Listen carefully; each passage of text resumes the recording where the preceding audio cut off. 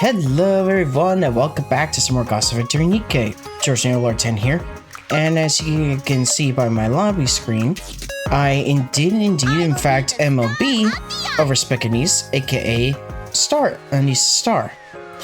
And if you by chance want to know how many pulls it took to get her MLB'd, go ahead and watch my previous video. I definitely recommend it.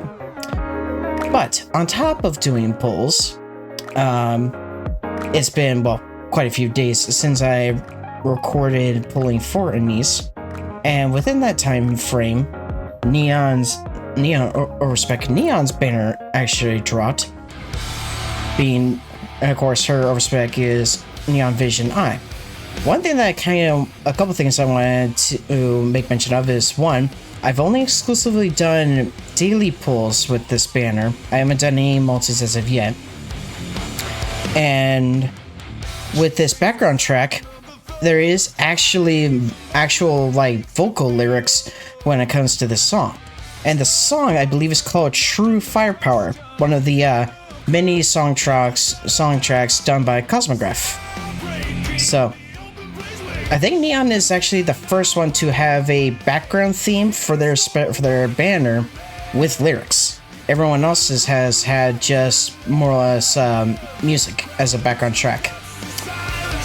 And when it comes to Neon's design here, she kind of reminds me of two characters in particular. One character she kind of reminds me of is Jotaro Kujo from JoJo's Bizarre Adventures Stardust Crusaders, given of course the hat and the way the more or less jacket over the shirt, or the jacket over her shoulder look, more or less kind of the like Japanese like street tough kind of attire or whatnot. Another character that she actually reminds me of is a character from the anime Kill la Kill, being Mako, Ryuko's best friend. And specifically, I'm referring to the Goku uniform that Mako gets when she becomes the president of the school's fight club. So, and with her bio here, Neon now boasts a healthy body that completely shields her from outside interference. She has dubbed her newly upgraded self Neo Neon and continues on her journey along the path of firepower, now with even greater firepower. And yeah, not gonna lie, the weapon that she has with her might as well be borderline the BFG from Doom. But another thing that I actually ended up finding out, well, a little bit, is that apparently with Neon's overspec body, her overspec body was actually made kind of courtesy of Missless, but she is still aligned with Elysium. So with a pull video I saw for Neon Vision Eye, the overspec animation actually popped up as Missless, not Elysium. So technically she is a Missless overspec character, just like Mihara Bonnie Chain, and given how crazy powerful Neon is as her overspec, not only did she pretty much break her more or less curse, especially with her first SSR variant being her summer variant, she effectively broke that curse. And based on like testing and such, she is pretty much on par with damage, as she's pretty much on par with Cinderella as a burst 3. So yeah, pretty much they definitely did Neon and Anise arguably justice. Well, Summer Anise was also good, but she was more or less kind of more restricted. But overspec Anise, she's definitely more versatile than Summer Anise. But aside from that, I initially had a few less vouchers beforehand, but thanks to some freebies that were actually handed out by Shift Up in the mail, I got some more vouchers there. I also did complete all of the, well, with the 5x5, I was actually able to complete enough of it thanks to the daily freebie tickets, to actually get all the advanced recruit vouchers. From there, So I'm kind of waiting until I get that little fever bar higher, so that way I can actually get more rewards when I actually do the reset. But aside from that, there is still more vouchers that I can potentially acquire.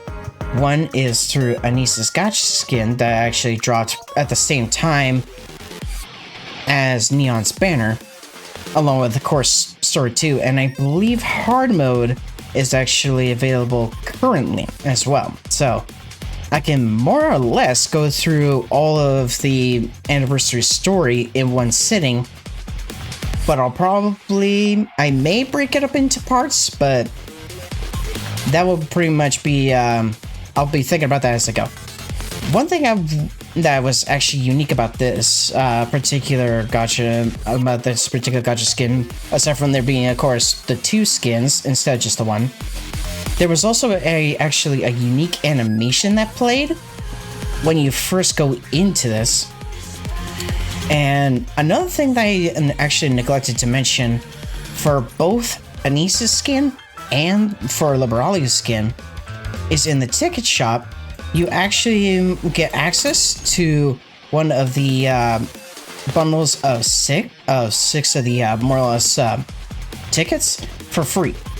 So that pretty much makes it to where both of the gacha skins are only $50 at max.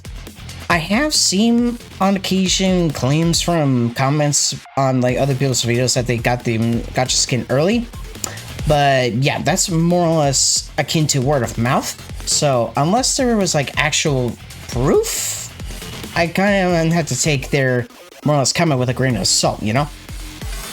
But and speaking of skins, I'll probably do the draws for this and then just edit it out to save on viewing time. But aside from that, currently for Dorothy's skin here, I have pretty much effectively 5 days left. Well, a little over 5 days, because at current I have like a little under an hour before the server reset. So that server reset might happen in the midst of recording, at the time of recording. But another thing I want to actually make mention of during off screen, whilst I was doing like my dailies and weeklies and such, I at one point decided to do a weekly pull for the weekly pull milestone of 20 pulls. I decided to do a multi and ordinary recruit. So it did turn gold. So like, okay, I'll probably get a minimum 1 character. It ended up being 3.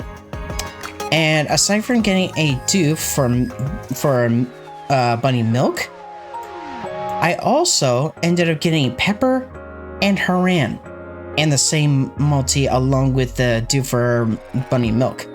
So, and of course, I wasn't recording or anything at the time, so I wasn't able to actually capture that on screen. But yeah, I now have all the Inherit Squad, Haran, Isabel, and Noah in my roster. So it's still kind of bittersweet given what happened to those 3, but I have them in my roster, so at some point I could potentially boost them up and maybe use them on teams for fun, but yeah, it's still kind of bittersweet. One little side note I want to actually make mention of is that I previously did, when I did the Enter Haven event that pretty much debuted the Nikke version of EH. One thing I wanted to make mention of that I found out in that event that I found interesting is that EH is actually the half sister of Ingrid, which is actually kind of a surprise. Like, I figured there was like some sort of connection between or history between Ingrid and EH, or Elysian Harper. But yeah, she's actually Ingrid's half-sister, and she was going to be more or less like next in line to inherit the more or less the role as CEO of Elysium. But due to more or less differences between her and their mother, EH was effectively more or less denied. And then Ingrid effectively took that position.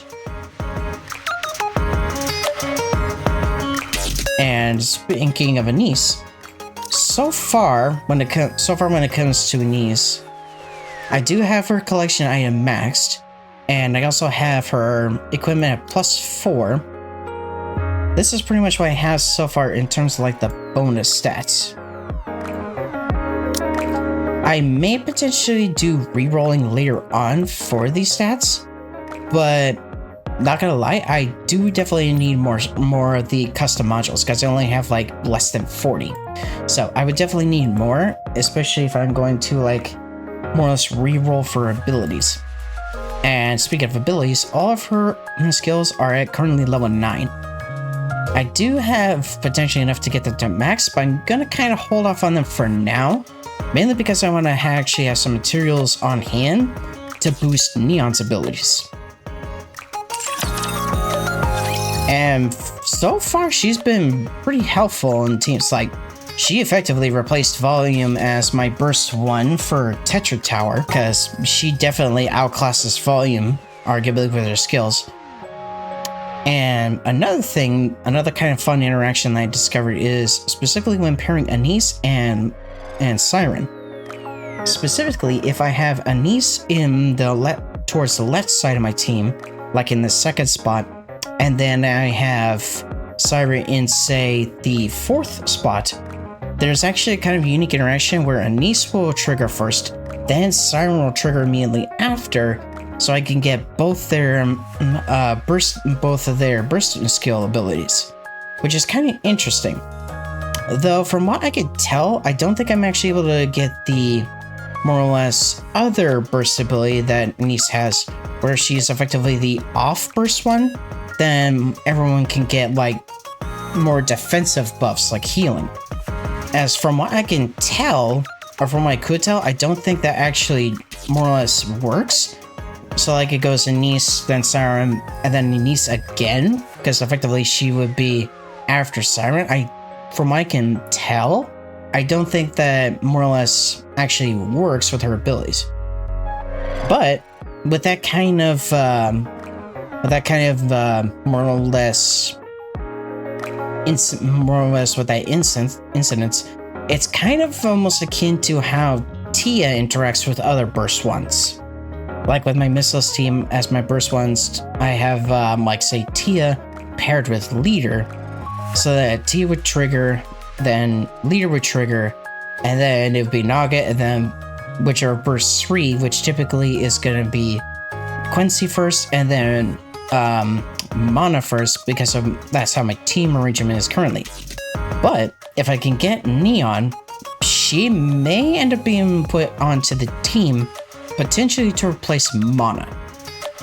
Potentially, so that way I can get through some of the more tougher enemy arrangements. I will be the star of the art! And like I previously made mention in my Anise poll video, I'm going to go through the story events first, the side story, and the anniversary story itself, because I'm pretty sure that there's going to be some vouchers waiting for me. Speaking of which, there was actually another multi's worth of vouchers I was able to get off screen, and that was courtesy of the event Tracing the Stars, which I have off to the side here, separate from the actual event hub, I believe. And one thing that's kind of interesting about this in particular minigame, if you by chance played or are familiar with any rhythm game like, say, Dance Dance Revolution, Guitar Hero, Rock Band, this is literally like that. Though this rhythm game is effectively more akin to Guitar Hero and Rock Band with its gameplay. Tracing the stars. And so yeah, you have a whole list of most of the different tracks of the game that you can actually go through. Like you have some from the actual event, like say All Eyes on Me, Accelerate, Clickbait, for example. Then you have other ones like even the Red Hood, one of my favorite themes, Unbreakable. And even the original update screen's theme, We Rise. You can effectively go through each of these different tracks, and when you go through them, there's of course these different difficulty levels, casual, normal, or hard. And depending on how well you do, you'll get like certain more or less score achievements. Because I believe... Let's see, should be here? Nope, not that one.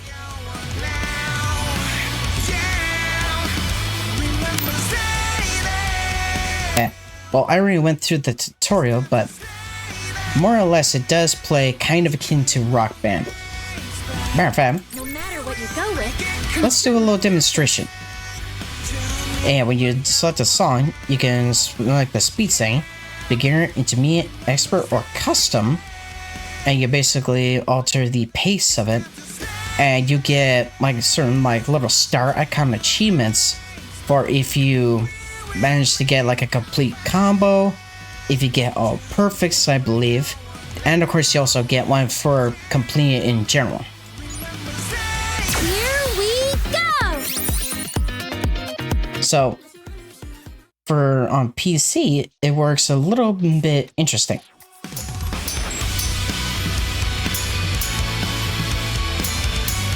So yeah, for the more or less the rail sections here, you have to use the D, F, and G, or D, F, J, and K keys, and then on occasion there will be a yellow bar icon that will go across the screen.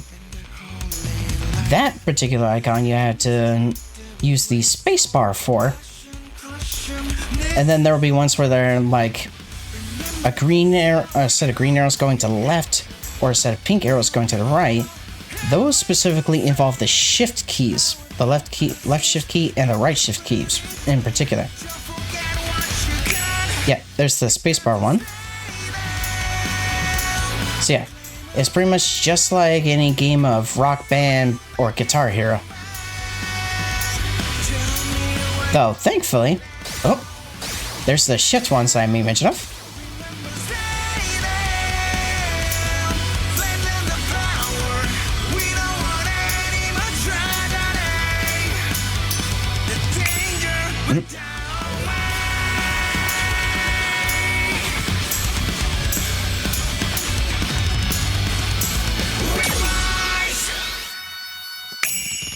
Yeah, so with some of the keys, just like certain notes of a Guitar Hero Rock Band song, you would have to hold said input for like a certain period, and then release it at the right time so that way you can get a proper score with that note.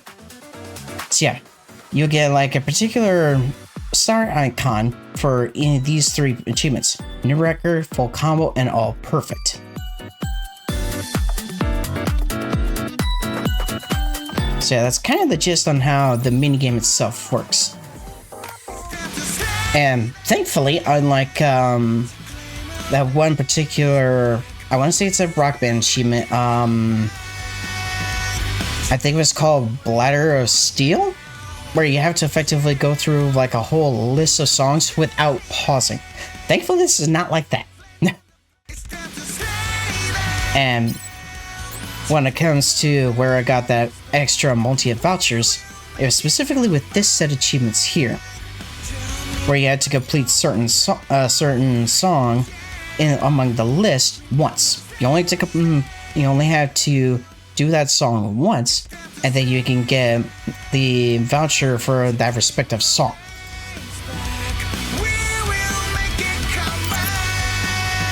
You see, I think the only one that I was actually able to get the perfect song, or the... Don't worry about me. Choose whatever you'd like.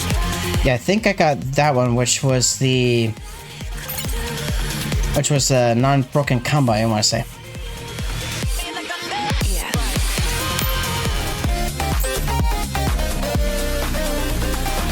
Huh. Apparently I'm ranked 5th on this leaderboard. Let's not push ourselves too hard. Yeah, I believe I was able to get that achievement for pretty much not losing the combo. And I think so far that's the only song I was able to actually do so.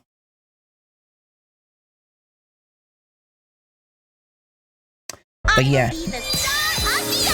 But yeah, for that minigame on PC in particular, you would use the D, F, J, and K keys for the main rails. And then when you see the green arrows or purple arrows, you would use the left or right shift key respectively. And then the yellow bar, you would use the space bar for that. Now, there are like certain specific inputs that the tutorial actually makes mention of where you would do more or less like a flick, effectively. And with the diagram that I gave in the tutorial, you would essentially do the spacebar input and then flick upwards, or you even do like a flick for the shift ones. But from what I can basically tell on PC, it would essentially be just more or less like a single click, like you would do with like a regular note. I will be the star of the Ark. Because from what I could tell via the tutorial, I would just press the key in the respective keys anyway, and it would just work as normal. So, I think before we hop into the story, I'm going to see about doing gacha, so I can get a Nisa skin. So we'll get in go ahead and snag the freebies. And yeah, I believe it did make mention earlier, but unfortunately, even if I was to get the gacha skin and even Dorothy's skin, I would still technically have to get something else as well in order to get enough points to actually get to the selector. Which, honestly, with that selector, the irony is the main character I actually select from it is Dorothy, because still to this day, which is kind of honestly fitting given what I've seen so far in terms of what I know kind of in terms of the campaign, Dorothy has yet to have come home for my roster. Both her and her summer variant have still avoided me to this day. So yeah, the fact that Dorothy has yet to come home, pretty fitting, kind of fitting and ironic, given how she kind of is like refusing to come home and whatnot in terms of the story. But in terms of the costume gacha, I'm gonna go ahead and do the spins off screen, and then afterwards, then we'll more or less cut back in to where we're gonna see about going over to the side story, which was the prequel to Star Niece. Win this one because I told you to. Because you told me to! And now to acquire that skin. We're offering great discounts. Don't miss them. And there we go.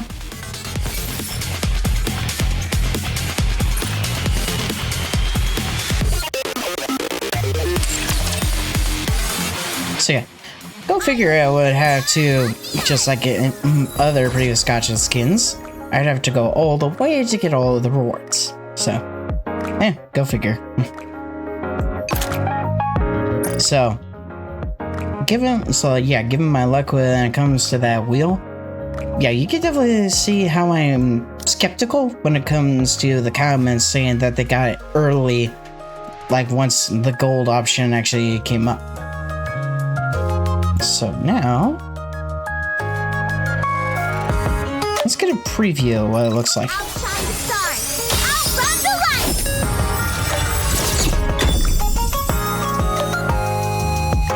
Outshine the stars. Outrun the light. Outshine the. I think I'll keep in with regular Niece for now. The star of the I think I'll keep it with her regular one for the moment, since her icons come up here. Ah, the Star Trail goodies. Yeah. So yeah, now I've actually unlocked the 2 of the T9 equipment manufacturer selection boxes and 5 custom modules.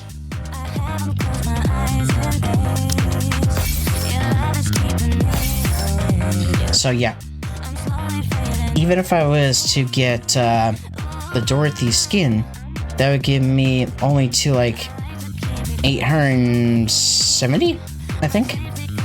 Which even then isn't enough for the selector because I need 950. So. So I would have to purchase even more if I was to actually get enough to get the selector reward.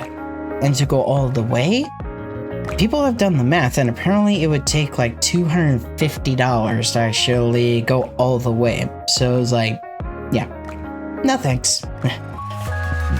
Like, I know what I'm after when it comes to stuff to actually purchase.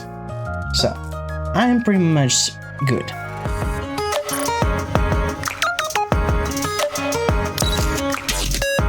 So, one last thing before we go into the story. So, we now have all of her outfits.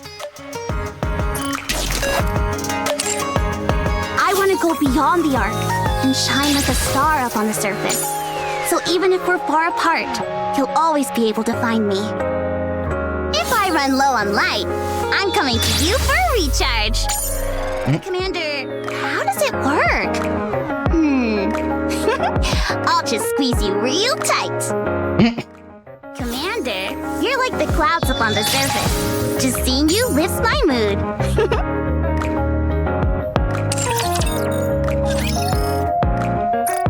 This definitely is some nice dialogue. Alright. So, now that part's out of the way. Now, if I'm correct, and there's gonna be potentially a daily logging calendar and vouchers in the shop, at least like 10, then there should be another at least 20 vouchers waiting for me in the start of this event, which that combined with the gems I do have, well, potentially after purchasing the entries for the stages, I should in theory have enough for 200 pulls across the board. Should, but who knows, I'll probably do like dailies or episode viewing, that kind of thing, so I can potentially get that extra little bit of gems needed to actually have 200 pulls worth before we pull for Neon.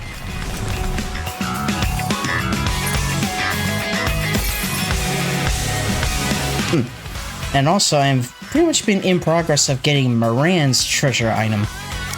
So for now, I have 98 of her maintenance item. And I believe if my math's right, I need like 160, I think, for both the upgrade phases. So I still got a ways to go before I have enough. But now we'll go into the outpost and see about doing that side story.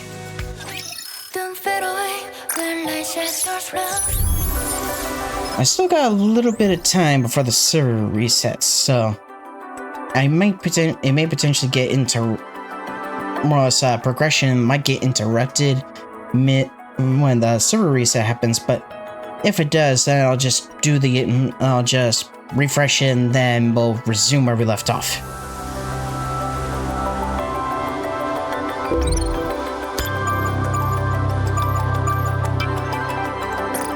So yeah, Pretty Star is the event in question.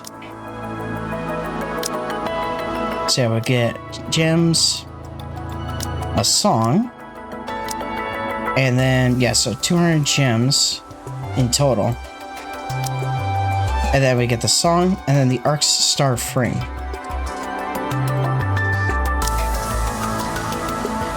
Now, I believe this event...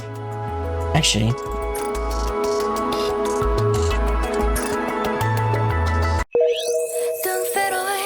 Yeah, where does this take place?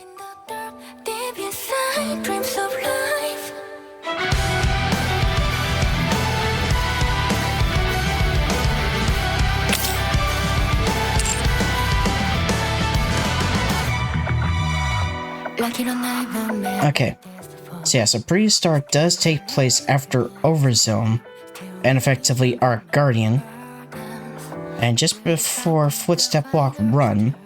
So yeah, that does make sense because it does involve Anisa's backstory too. Okay. Yeah, and then the story itself, Star Anise, takes place before the prologue. Okay. Is there any other incidents of that story appearing?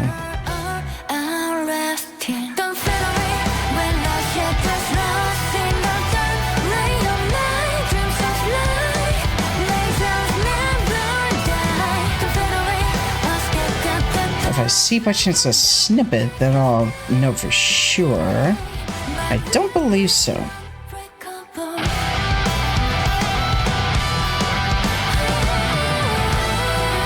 Nope. Okay. But I do believe there's at least 2 characters that do appear in the side story that I believe appeared some point in the main campaign chapters, being Mint and Krita. And as far as I know, they're the main characters that actually appear from a later campaign in here, to my knowledge. And yeah, at the point I'm recording this, I am nearly done with pretty much all the fine editing when it comes to Ark Guardian, but once that's done, then I'll be able to actually finally upload it, and hopefully I can get things uploaded soon.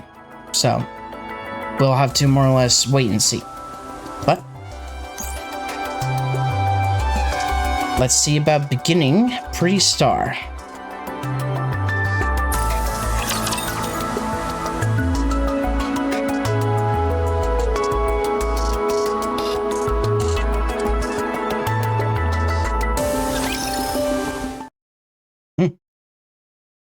Mustang stares at the brilliant light beyond the monitor. He closes his eyes slowly, and memories of the past flicker across his mind like a fast-moving film. Pretty. I'm off. Oh, yeah, it's Frisia.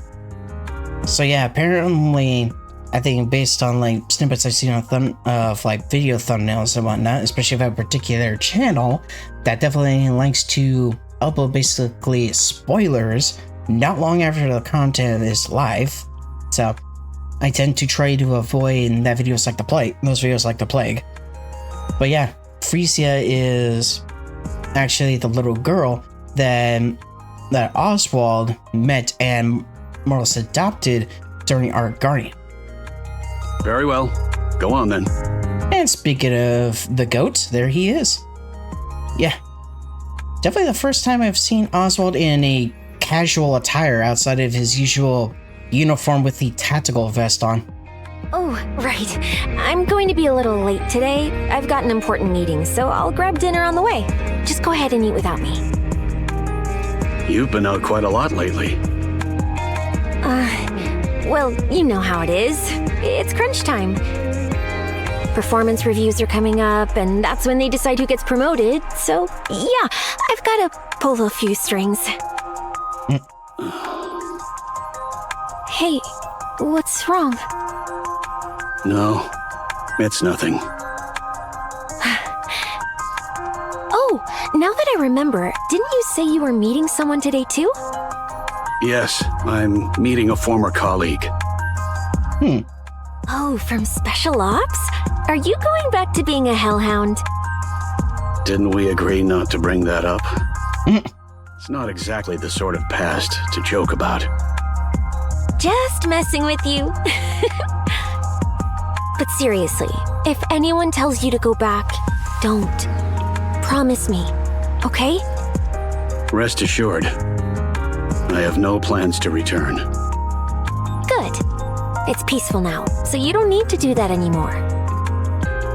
Oh crap, I'm late. I gotta go. See you tonight! All right, I'll see you this evening. Okay, sorry for the little jump cut there. Had to go take care of something. Anywho, Frisia hurries out the front door. Oswald stays where he is, staring blankly at the closed door. A time of peace. Huh. Pardon me, sick of my headset. It's not seeming to give me sound. Okay, got working again. Yeah, for some reason, every now and then the connection kind of acts weird when it comes to this headset. It's probably due to because I have a little adapter for it connected to like a USB hub. So maybe that's why. I don't know. Long time no see, Chief. I'm no longer with Special Operations. Yeah. So if I had to guess, at some point between Overzone and this story, Oswald probably retired. Still, I can't just call you Oswald. Very well. Just call me whatever's easiest for you. Wow, it's been ages since you hung up your boots. Indeed. It has been quite some time. Then why are you still strapped? Is that obvious? Yeah, we kinda can see the holster peeking out of his jacket. Nope, it's perfectly hidden. Only folks in our line of work would notice. It's a habit. I feel unsettled if it's not there. I know what you mean. I'm the same. How's everything been with you? I'm doing well. The work itself is quite rewarding in its own way. Heard you're the training advisor over at Elysion now. Figures. I can't think of anyone better for the job than you. They've been treating me very well, though the workload has been easing up a bit lately. The man sitting across from Oswald gazes out the cafe window. Outside, members of the Nikke Rights Committee walk down the street, holding their picket signs high. Yeah, makes sense. They're slowly replacing us with Nikkes. After all, the dangerous high-skill stuff isn't for us anymore. Perhaps it's time you gave retirement some thought as well. We can't really keep going even if we wanted to. After all, Special Ops is exactly the kind of work a Nikke is built for. Now that folks are retiring left and right, it's probably best to leave while the benefits are still good. Yes, times are changing quickly. It might be wise to start looking for something you can take on immediately. Sometimes, I really miss those days we're out on operations together, Chief. Is that so? Oswald brings the cup to his lips and takes a sip. I don't miss it. I don't blame him. I like how things are now. You've really changed since I last saw you. Oh, really? Can I ask you something? Of course. Why'd you retire? You were the one who made sealing the Ark possible, and a big promotion was just around the corner. Sure, the Goddess squad ran off at the last minute and caused a mess, but that wasn't on you. I'm sorry. No, that's quite all right. Anyway, I can't for the life of me figure out why you decided to retire. I honestly didn't think I had it in me to take on that kind of work anymore. Because of Frisia? So you do know her name? Everyone in Special Ops knows that name. And I'd bet it's the same even in the central government. I mean, Hellhound Oswald himself, the Chief of Special Operations, had adopted a little girl? That was a shock to say the least. What made you decide to do that? I'm afraid I don't know. I really don't. So, are you happy now? Oswald reaches for the coffee cup on the table. It's empty, but he lifts it anyway, bringing it to his lips, almost absent-mindedly. Yes. I think I am. Glad to hear it. In silence, they watch the city stretch out beyond the glass. So meticulously built that you'd never know it's underground and humanity's last refuge. Their eyes drift to the Ark, looming like a silent sentinel. Suddenly, the calm shatters. Outside, a group of Nikke phobes disrupts the Nikke Rights Committee's march. Shouts and footsteps echo, and a brief scuffle ignites. It just keeps getting worse. They push the blame for the surface reclamation war on the Nikkes, turn citizens against each other, and quietly step out of the spotlight. The central government hasn't changed one bit. They're always looking for a scapegoat, and I never thought they'd throw the Nikkes under the bus too. Dragging the Goddess of Victory down and calling them the reason we lost? Honestly, it makes me sick. I'd advise against making remarks like that. Now I get what you meant when you said you couldn't keep doing this. Back then, I honestly believed that no matter how dirty the work, it was necessary to protect humanity. We were getting torn apart, literally, by those insane raptures. But that's not the case anymore. The surface hasn't been our problem for a long time. It hasn't even been that long since we came down to the Ark, and already things have come to this. All I can do is sit in my room and watch them tear down the very ones we used to look up to, just to save themselves. It leaves a bad taste in my mouth. Ah, I see. So that's why you asked to meet today. Yeah. I've been thinking about retirement too. I've never really been the type to do ordinary work, right? That's why I've been curious about what life after retirement looks like for you. I guess I was hoping for a little reassurance. Or maybe just a bit of hope. What do you think? You know, I think it's time I retire. Seeing you doing well gives me some peace of mind. That's why I'm done serving a place like this. Up on the surface, I was blinded by grand ideals. Down here, I finally see things clearly. I see. I wish you every success. Thanks. Really appreciate it. Once again, they watch the chaos beyond the glass in silence. The minor scuffle escalates, quickly spiraling out of control. The central government intervenes, deploying tear gas. Both the Nikke phobes and the Nikke Rights Committee scatter in panic. Through the crowd scrambling to get away, Oswald catches sight of a very familiar face. What's wrong? You don't look so good all of a sudden. I'm fine. Okay, seems things have quieted down. Shall we get going? All right. It was great seeing you. Yes, I did enjoy it as well. Wow, you've really changed a lot. If I had to guess, he probably spotted Frisia in the crowd. Oswald sits on the sofa, staring into the darkness. He doesn't close his eyes. The moment he does, he hears the reproachful voices of his heroes. Memories come unbidden.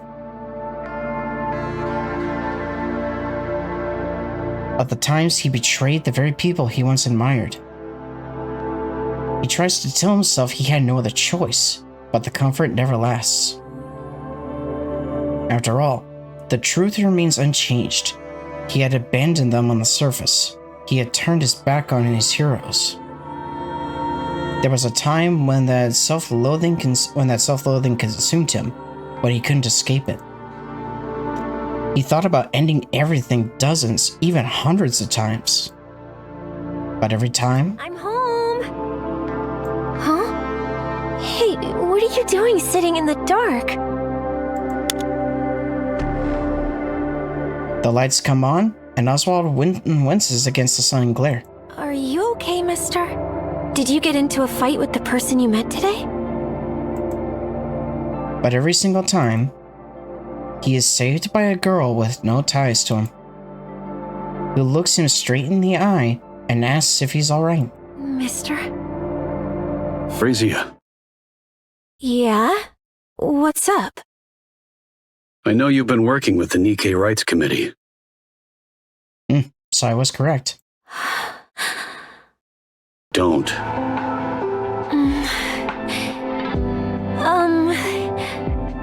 Just don't.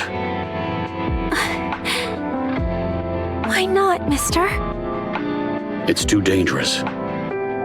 There's nothing wrong with doing the right thing.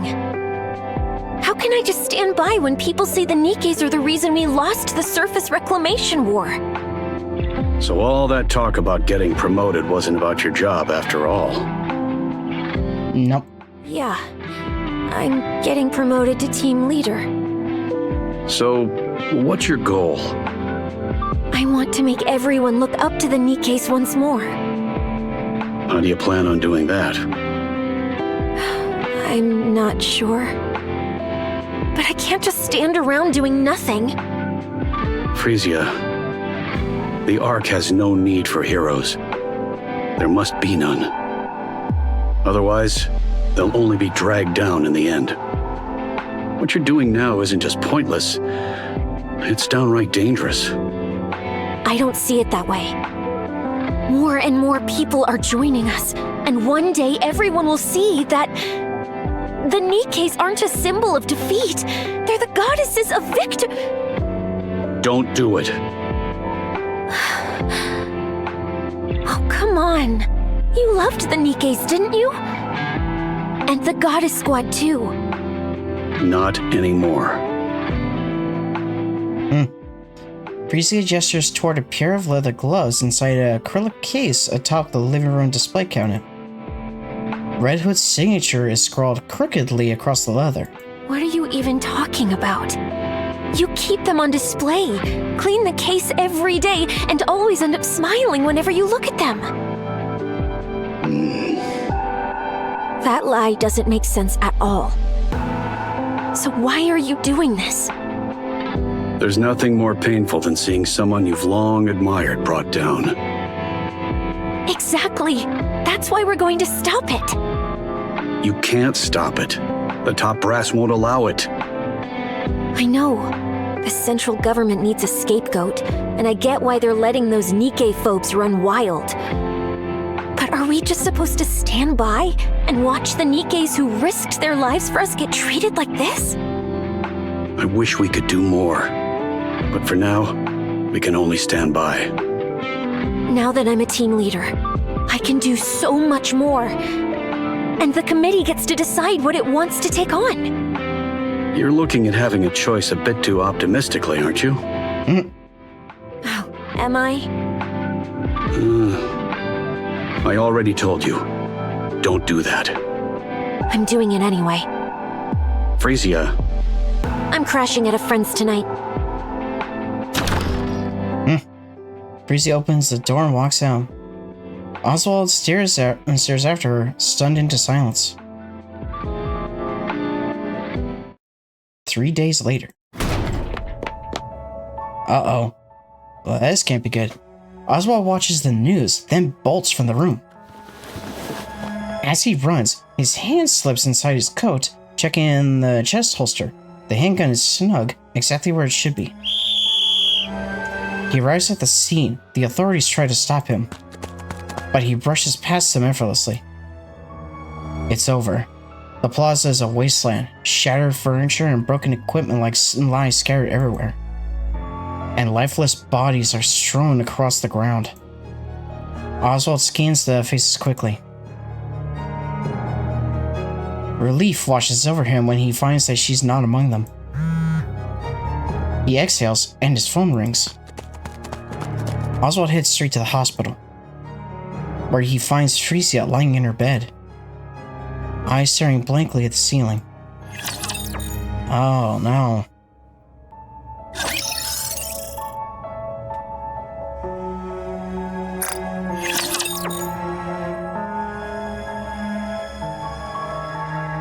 So something makes me think that she was injured in a recent attack. Nikke-phobic activists disrupted the speech and tried to force their way onto the stage. Your daughter got caught in the scuffle and fell near the edge of the stairs, breaking her neck and severing her nerves. Oh no. She is conscious, but cannot speak or move. She's pretty much in a vegetative state? Jeez. Oswald listens quietly to the police officer's dry, emotionless explanation. His eyes meet Frisia's, but he can't hold her gaze and looks away. It appears your daughter previously signed a consent form for posthumous Nikke conversion. In special cases like this, conversion can be done even while she's still alive. But the decision rests with the legal guardian. Is there any chance of recovery? According to the doctor, there's no chance of recovery. They say miraculous recoveries do happen, but outside of that, improvement is impossible. I see you've held a senior position in the central government for quite some time. That gives her a significant advantage during the conversion process. You'd also be able to choose the manufacturer. If she's not going to be a mass-produced unit, you can even choose which squad she'll be assigned to. How would you like to proceed? I'll need some time to think this through. Understood. How long should we wait? I'll contact you directly. Noted. Please be aware that we can't be reached by phone on the weekends. Got it.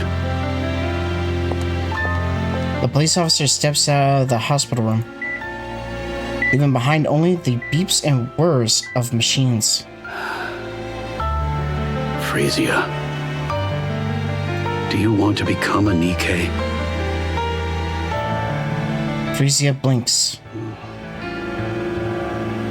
Silence hangs in the air. After staring at Frisia for a long while, Oswald finally speaks. I don't want that. I can't bear the thought of you forgetting me. So, promise me you won't forget me. Frisia blinks, tears streaming down her cheeks. All right. Until next time. Frisia blinks, and Oswald reaches for his phone.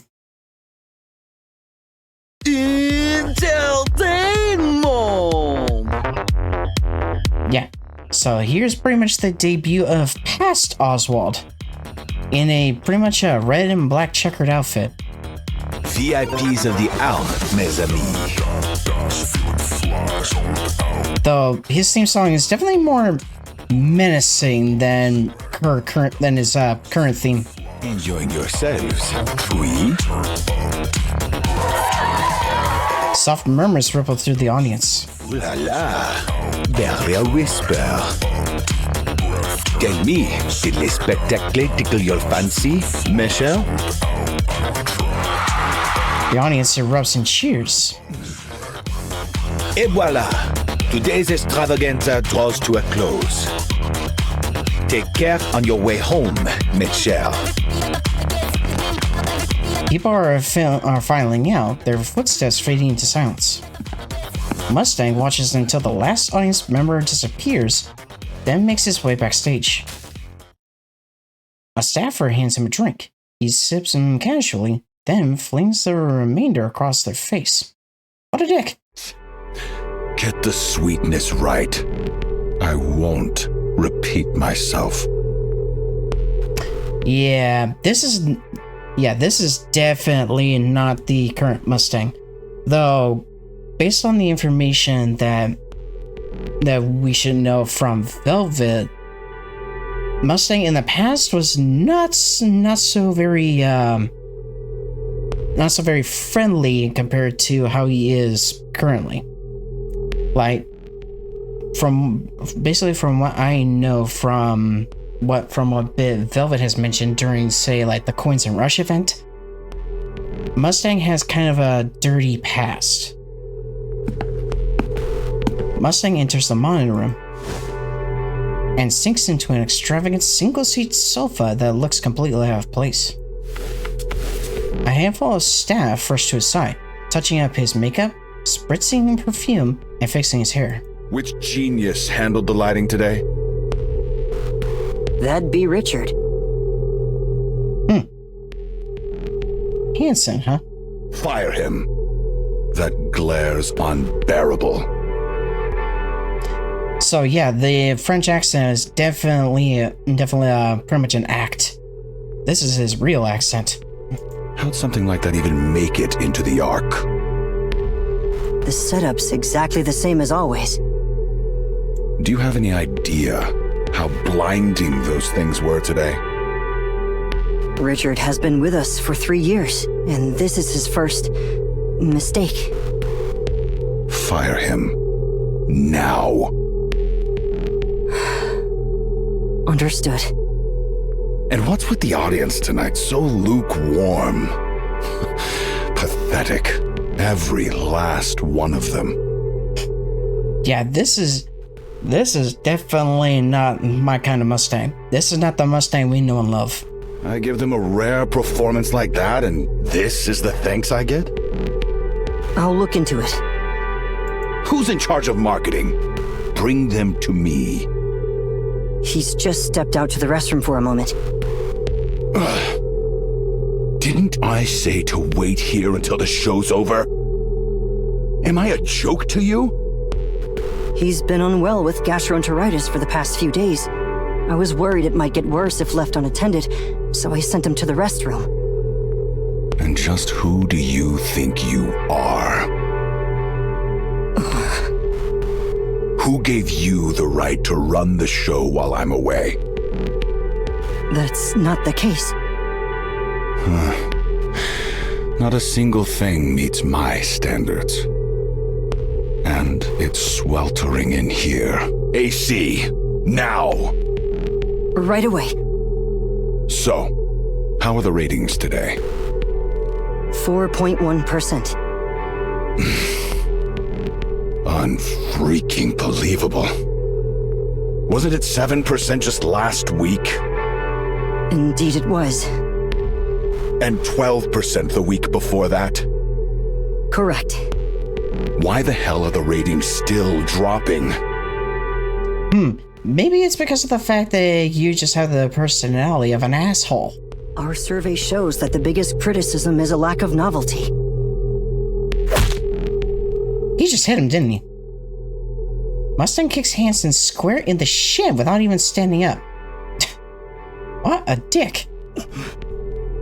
Do you think that's what I asked for? I told you to come up with solutions, countermeasures. And here I am parading on stage like some miserable clown, blowing kisses for everyone to see. And you, what exactly have you been doing? Hey, Hansen. Answer me, Director Hansen. Kicks Hansen in the shin again. I believe the main reason is the lack of new faces. The Nikke celebrity project we had invested so much time and effort into was practically cancelled. At this point, there's no way for a Nikke celebrity to make an appearance. It's all thanks to them royally screwing up that damn surface reclamation war. That seems to be the main reason. Public opinion of Nikkes in the Ark has grown highly hostile. So it's an inopportune time for a Nikke celebrity to step into the spotlight. Hansen, do you have any idea how much I poured into the pockets of those big shots when the Ark was built? I'm not sure. Yeah, dirty dealings. A lot. A whole damn lot. More than you could even dream of. And I kissed every ass I had to, all while spouting some crap about the good of humanity, just to get my hands on Nikke manufacturing tech. Why, you ask? To secure the monopoly on Nikke entertainment inside the Ark. Nikkes that don't age, that obey if you fry their brains a little. The perfect product to sell. Yeah, this Mustang is an absolute scumbag. What an asshole! I stuffed them with cash, licked their boots. And it worked. Flawlessly. Then I lured in those pretty-faced, vain, empty-headed Nikkes and molded them into stars. All that was left was the debut. One shot, guaranteed hit. If everything had gone according to plan, I'd have ruled the big three. And literally become the god of the Ark. Yeah, this guy is just more or less interested in money, power, and status. Like, he doesn't give a damn about anyone else other than himself. But then, those idiots botched the surface reclamation war. So tell me, Hansen, what do you do in a situation like that? I'll make sure to calm the Nikkes and prepare for the next reclamation war. Yes, that's exactly it. Those fools couldn't stomach even a single scratch on their reputations, so they threw the Nikkes under the bus. And of course, they had the nerve to officially declare that we lost due to the Nikke's incompetence. Pathetic! They didn't quite put it that way. That's basically what they were saying. The Nikkes didn't live up to expectations. So it's not our problem. Go sort them out yourselves. They won't die, they won't break. So have at it. Yeah, I get it. They had to clean up their mess. Fine. But they destroyed my business. The one I poured years into. And damn that war! Why start a fight you can't even win?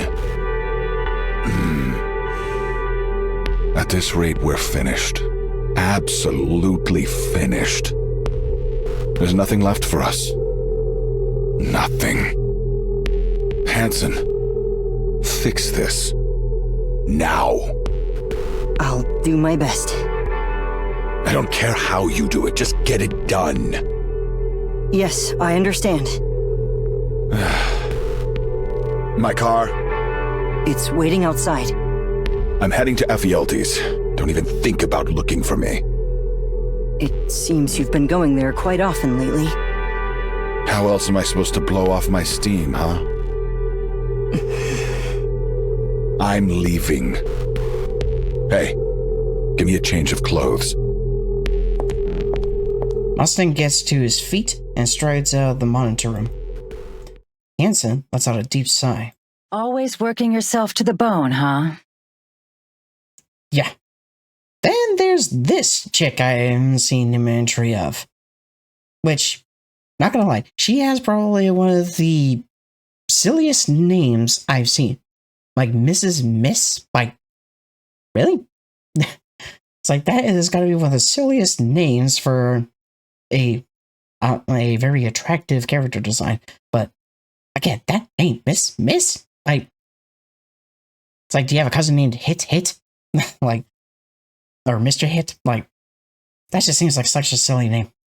Since you know how hard I've been working, a little help would have been appreciated. How exactly am I supposed to help? That person's a nightmare to deal with. As I see it, you aren't exactly easy to handle either. Thanks for the compliment. I almost feel rejuvenated. Shall we take this outside? Why are you acting like that? You're scaring me. It's important. Look at this. Miss Smith hands Hansen a document. So, she's hoping to become a Nikke. She can't move on her own? This is about Frisia. Yeah, she'd already worked her way up to team leader at the Nikke Rights Committee. When the Nikke phobes attacked her, completely severed her nerves, poor thing. Okay, but what am I supposed to do with her? Let's bring her in. Pardon? A woman who died tragically while campaigning for Nikke rights. Reborn as a Nikke, she's back to fight for the Goddesses of Victory in her own way. Quite the picture, huh? Are you suggesting we bring her into the entertainment industry? That I do. We don't even know what kind of talent she has. At this point, her story is her talent. If we play our cards right, it could flip everything in our favor. I suppose That may be true. We're doing this then? Yes, I'd appreciate it.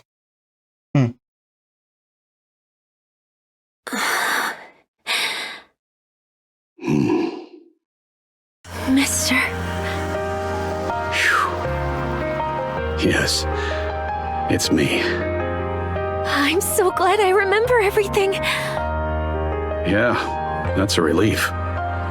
So, where was I made? Tetraline. Tetraline? Why there of all places? They said the chances of memory retention would be highest there. Oh. Yeah, I think that was a great choice. How are you holding up? I'm doing great. Everything feels totally normal, like I'm still a human. It's crazy to think that not long ago, I couldn't do anything. I was just lying there. That won't happen again. Yeah, looks like I don't have to worry about breaking my neck anymore. Should have done this ages ago. Frisia, that's enough.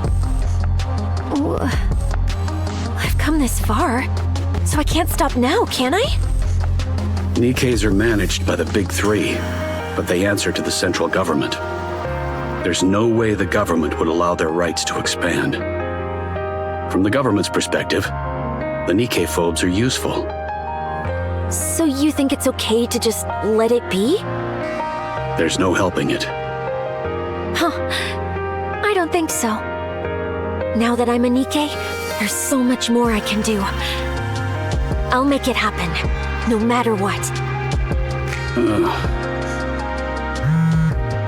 Sorry, I'll be right back. I need to take this call. Sure, go ahead. Secure line. Oswald speaking. Chief. Oh, it's the guy from earlier. I heard your daughter became a Nikke. Does she still have her memories? Yes, her memories are intact. Thank goodness. And since she's your daughter, I took a quick look at the data just to make sure everything looked normal. Frisia, she's born to do this. Born to do what? I'm not sure I follow. Same with me. Her combat skills are no joke. If I had to exaggerate a bit, that's Lillyweiss for you. Hold on. This guy's comparing her to Lillyweiss, who pretty much for a long while has been considered the strongest Nikke. Kind of a stretch, don't you think? Of course, she's not quite at Lillyweiss's level, but she's close. Honestly, there's nothing stopping her from becoming the next Lillyweiss. Not literally, of course, given how things went for Lillyweiss with her fate, because, yeah, we don't really need that. Like, we don't really need her to, like, suffer, like, some sort of fatal, like, illness, like Lillyweiss did, and she only had, like, months to live, essentially, or say any other bad thing. It's like, yeah, the thought of that is basically making Oswald nervous, and I don't blame him. Chief, you still there? I have a favor to ask. A favor? Oh, yes. Go on. Could I ask you to alter the data? Alter it? Okay, for what reason? At this stage, becoming the next Lillyweiss wouldn't do any good. She'd just be used as propaganda by the central government. Yeah, he's probably right. More people would end up dying pointlessly on the surface. And one person alone can't change anything. But Chief, the mere fact that there's a successor to Lillyweiss at this point... Please, I'm asking for your help. I can't let my daughter be sent to the front lines. Yeah, he doesn't want to lose her. Pulling the father-daughter card on me, huh? That's a low blow. Hey, he had to. I apologize. All right, leave it to me. I'll make her look like just another ordinary Nikke. Would that be possible? Nothing we haven't handled before. Piece of cake. Good thing Enix's tied up with managing the Ark right now. Okay, so I guess his old buddy here has experience with hacking. If everything goes according to plan, we should be able to monitor all sectors by next year. Right on time. I'll leave it in your capable hands. Sure thing. Guess I'll have to put retirement on hold for a while. Thank you. Mister? Still not done? No, it's over. Why? Tetra just called. Uh-oh. They want me to swing by the office. Apparently they've got something to tell me. Tetra? Yeah. I asked if my guardian could come too, and they said yes. Let's go together. What's going on? Why Tetra? Why even ask? It's obvious, isn't it? Tetra's in the entertainment business after all. They probably saw me and decided to scout me on the spot. I don't think that's the case. Say what? Yeah, to be fair, given what we saw, he's right. Okay, being that is officially a little bit past the server reset time, we're gonna exit out here real quick, do more or less the refresh of the servers and such, and then after I do my dailies off screen, that will pop back in. So we'll go ahead and exit out of here. Okay, so we're so far at stage 3 of part 1. Okay. So, we will resume after I do the refresh. So, I'll be back in a bit.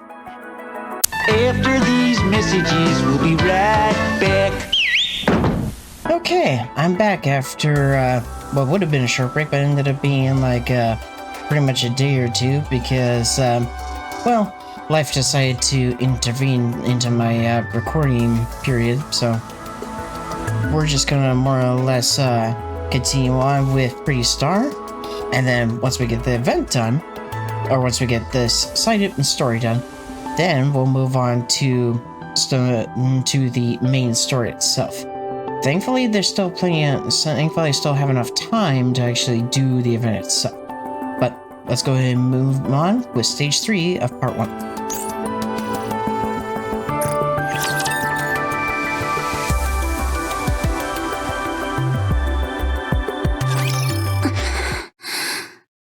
Oh, this is an Nisa attire I've definitely not seen before. Yeah, one thing I also want to make note is that before recording this, yeah, not gonna lie, when I was trying to do my dailies, I had the game pretty much like crash on me like at least 4 or 5 times, if I count it right.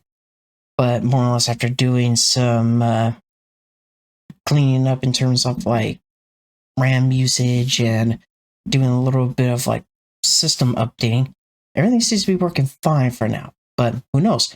All of that tech issue might end up being some good luck towards when I pull for Neon, which is going to be probably a scarier banner to deal with than Anissa's banner, but I'll explain that when we actually pull for Neon.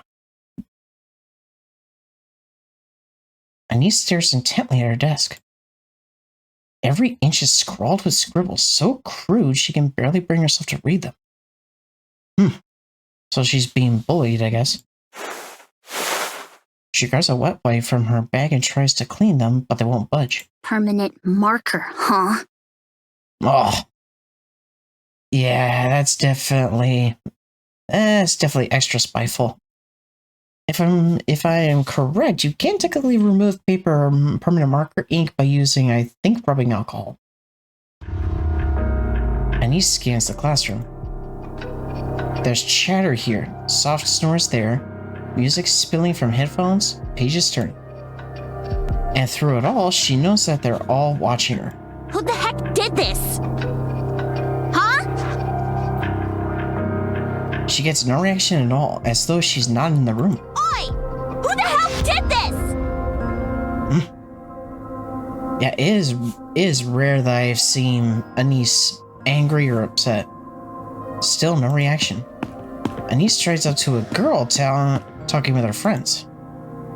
The girl desperately tries to ignore her, but Anise leans in. Their faces just inches apart. Hey, sorry to cut in, but do you know who messed with my desk? I don't know, comes the predictable reply. Meanwhile, Anise stares at her without blinking. Was it you? Watching the girl vehemently deny it, Anise furrows her brows in frustration as she straightens and shouts at the class. I don't even care who did this.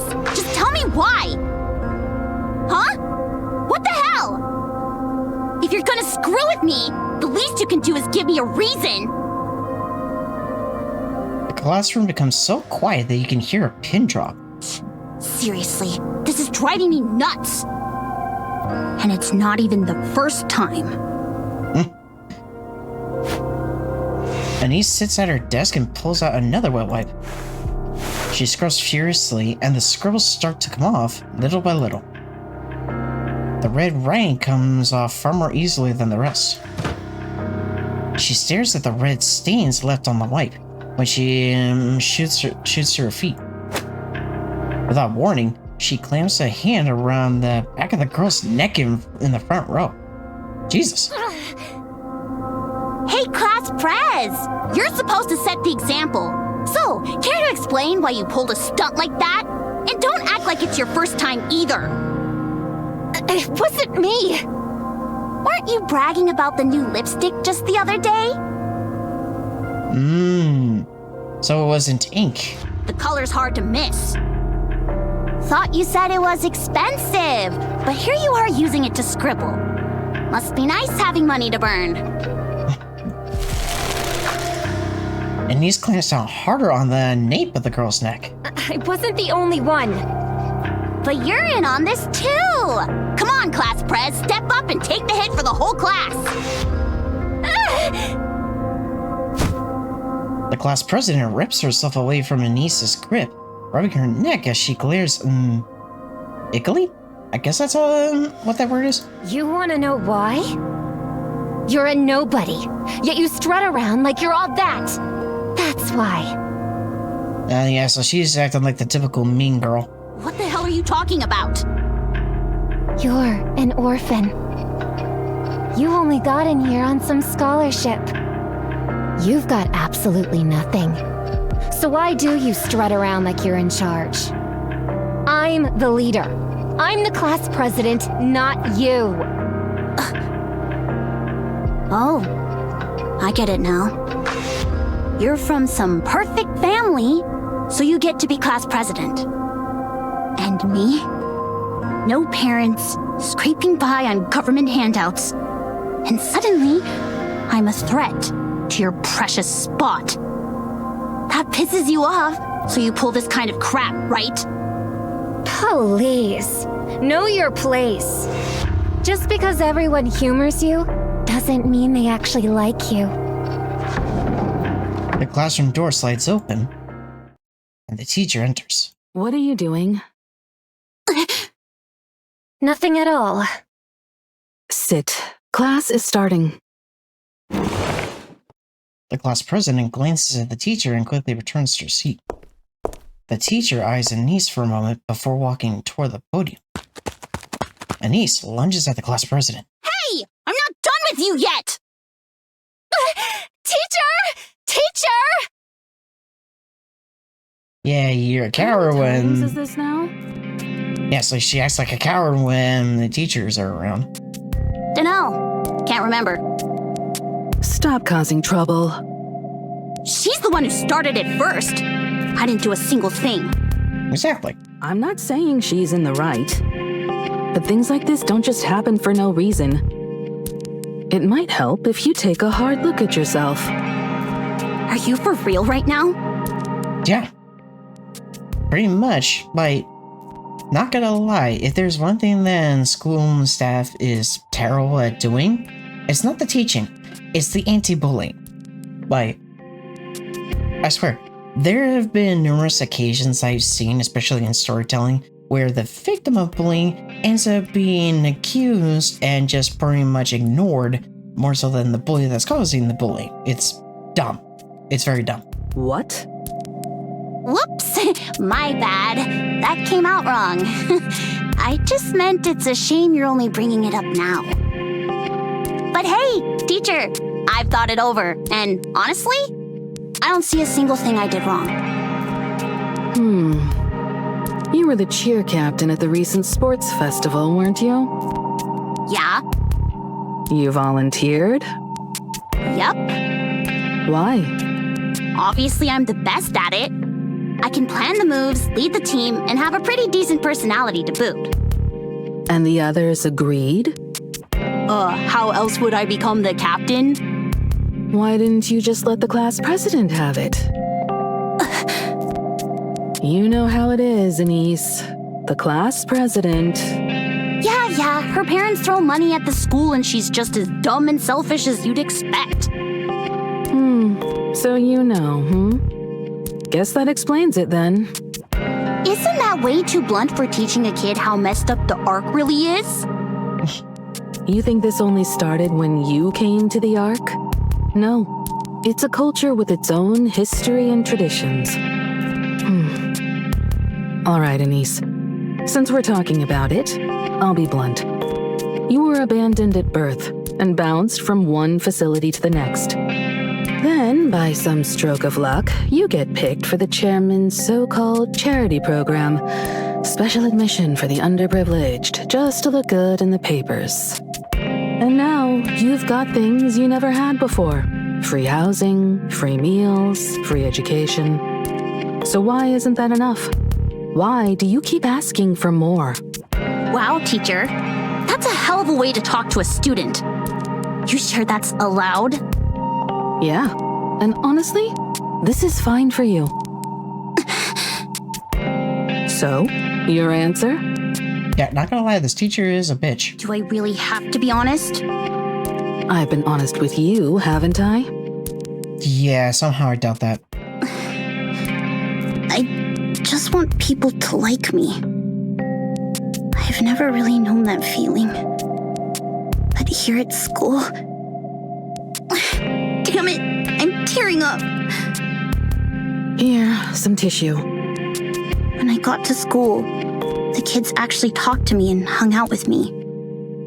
It felt amazing, so I pushed myself even harder to get along with everyone. I thought that if I worked hard and did well, maybe they'd like me for it. You're lonely, aren't you? Yeah, always. Why don't you just quit school? Wow, you really don't hold back, do you? Nope.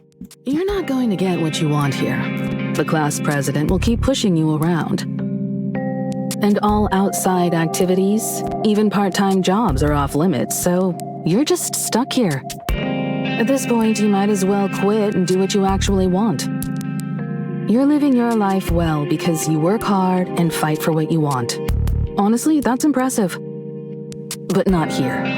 Here, you'll get completely crushed, and all your effort will count for nothing. The memories you make in school, they'll stick with you for the rest of your life.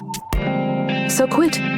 Transferring would be tough, with your special admission and all. Still, wherever you end up in the world, I'm sure you'll manage just fine. Come on, teacher. Give me a hand, will ya? No, you know how it works. I've got bills to pay, and the chairman's the one paying me. Think it over. Now go back to class. Teacher! There's nothing I can do. I'm sorry. Thanks for apologizing anyway. And he steps out of the teacher's room. She pushes open the classroom door and steps inside. The lesson is in full swing. The teacher talks, students scribble and whisper, but no one so much as glances her way. Anise makes her way to her desk. That's even more cluttered than before and drops into her seat. After a while, she leans forward and rests her head on the desk, awake but motionless. The lesson continues. The final bell rings, signaling the end of the day. Murmurs ripple across the room, but Anise sits there, unmoving. Gradually, the classroom grows quiet as time passes. After a long while, Anise lifts herself from the desk. The classroom is dark and empty as a loaded silence settles over her. She packs her bag and heads back to the dorm. All of her roommates' things are gone, but Anise just collapses onto the bed. Voices drift in from all around.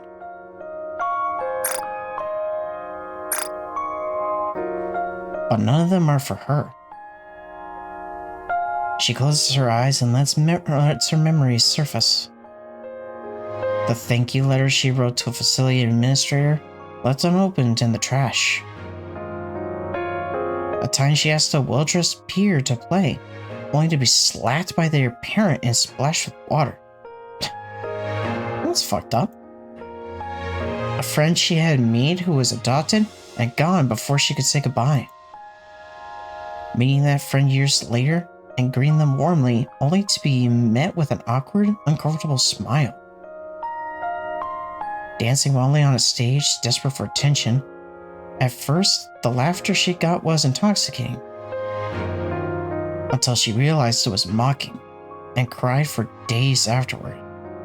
Jeez. A volunteer who hugged her tightly with tears in their eyes told her to take care when she left the second facility. Unable to forget the volunteers, she looked everywhere, but all that remained was their cold digital gravestone. Damn. The moment she tracked down the volunteer's daughter and begged for a hug, clinging as if her life depended on it. At that moment, Anise is certain. She must have been broken somewhere along the way, so desperate for love. Anise opens her eyes. On the first day of school, someone approaching her with a friendly smile, giving her courage when she had been timid and withdrawn. Eating together, walking home together, talking endlessly. The expectant looks when she volunteered to be cheer captain.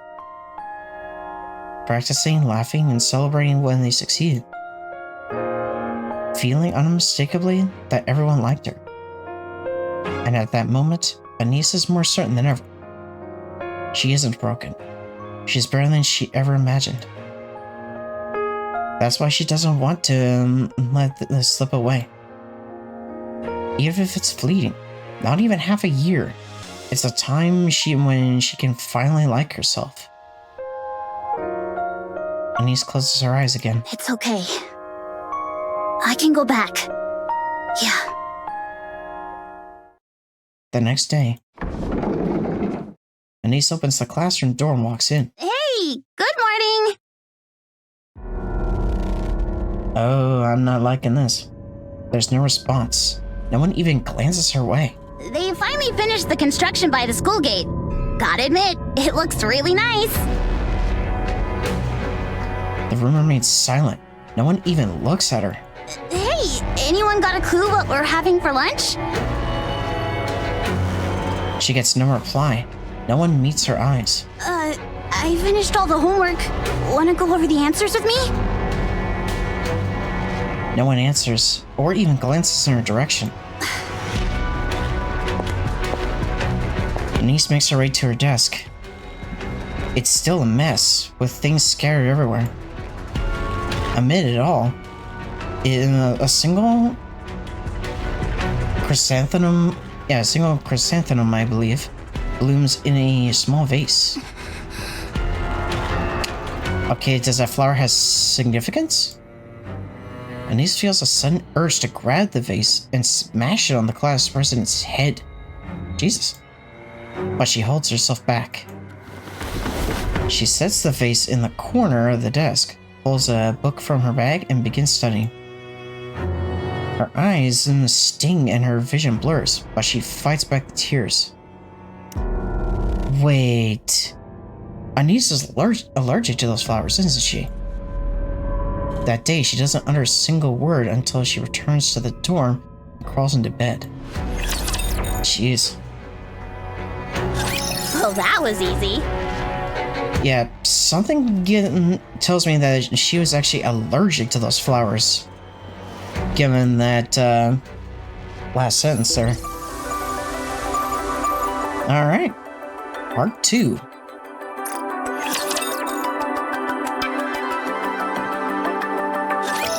Me? A celebrity?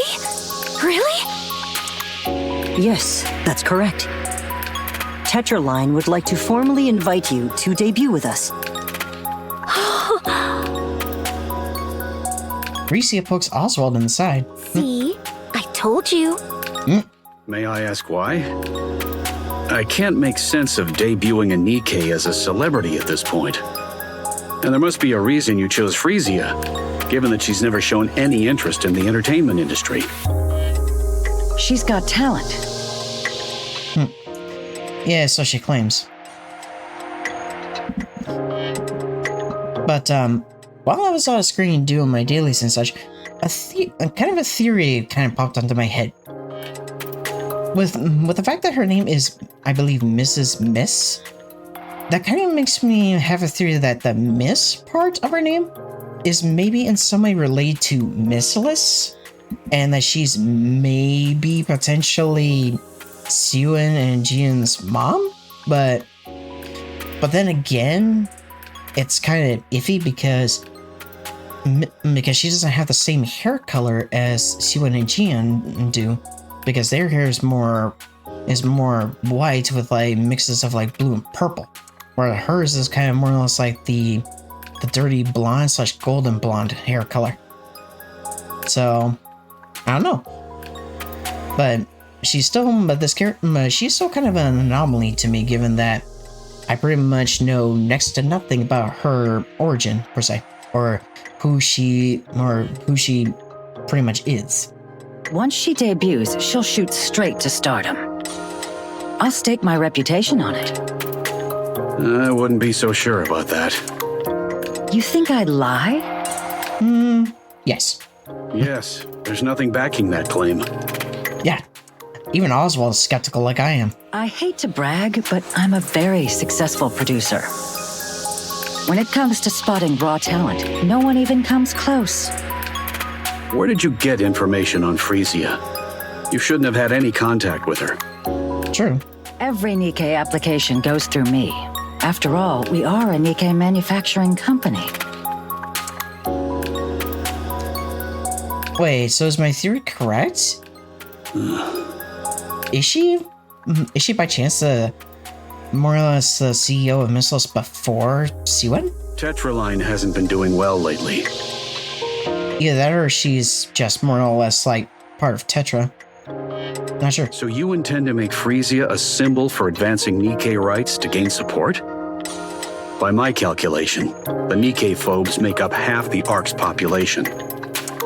And you intend to win over the other half by turning her into a celebrity. You work in this industry, don't you? I suppose you could say that. You're right. Hansen. As you said, Tetraline's situation is indeed far from ideal. Following the failure of the Surface Reclamation War, hostility toward the Nikkes has spread throughout the Ark.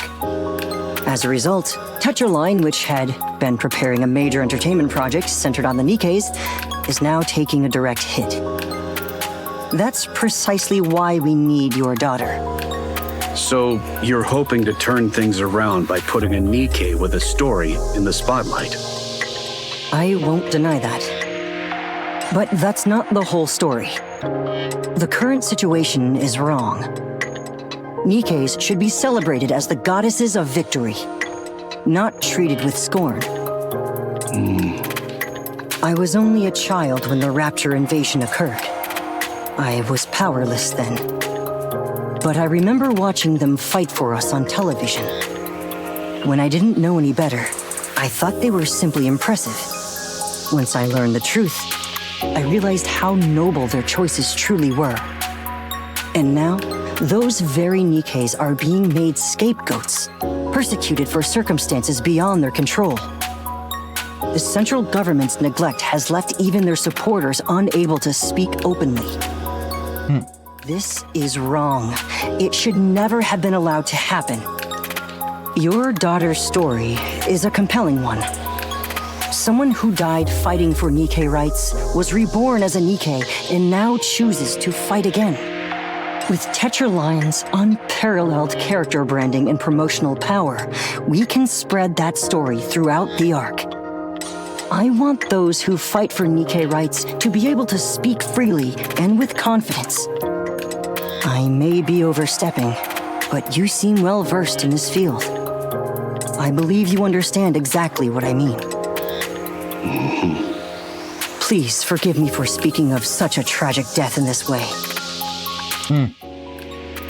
So, I wonder who he's by chance referring to. Maybe potentially Red Hood? But this is a rare opportunity. Does she really need to be a celebrity? I trust you know there's nothing that can shape public opinion quite like celebrities. For better or for worse. I'm asking you to give the Nikkes hope. The Ark needs it now more than ever. Oswald looks at Frisia, whose eyes are sparkling like fire. Deep down, he knows that there is no stopping this. So let me get this straight. I'm going to be a celebrity and fight for Nikke rights, right? To sum it up, yes. But we won't do it out in the open. Everything we do is under the radar. That's the kind of thing we excel at. Yeah, that seems sketchy with the whole under the radar bit. Mister? Oswald stares intently at Hansen. I have one condition. Sure, I'll do everything I can to accommodate it. Hansen, stay by Frisia's side as her manager, and keep a close eye on everything she does. You do realize he's a board member at Tetra, right? He's not going to waste his time playing some celebrity's manager. Yes, I understand. Hansen? It's all right. That was my plan from the start. And one more thing. Under no circumstances are you to send her to the other side. The other side? I'm afraid I don't follow. Yeah, I'm kind of lost too. Do you want me to go into the details of what really goes on behind closed doors at Tetra? So what does he know that we don't? Or is he aware of Mustang's dirty dealings? Who the hell is this guy? Make no mistake. This is a warning, not a request. Understood. I'll keep that in mind. I'm counting on you. It's a pleasure. I look forward to working with you. Frisia gets up and extends her hand toward Hansen. Let's do our best together. Yes, I look forward to working with you. I'm Frisia. Hansen. Their hands meet in a firm shake. Oswald's eyes linger on Frisia, noting the way she looks at Hansen. Once again, he is certain that this cannot be stopped. We start tomorrow. The goal is a debut in 6 months. It's going to be tough, so you'd better be ready. Time drifts by. Oswald finishes work and makes his way home. He prepares dinner and watches the news.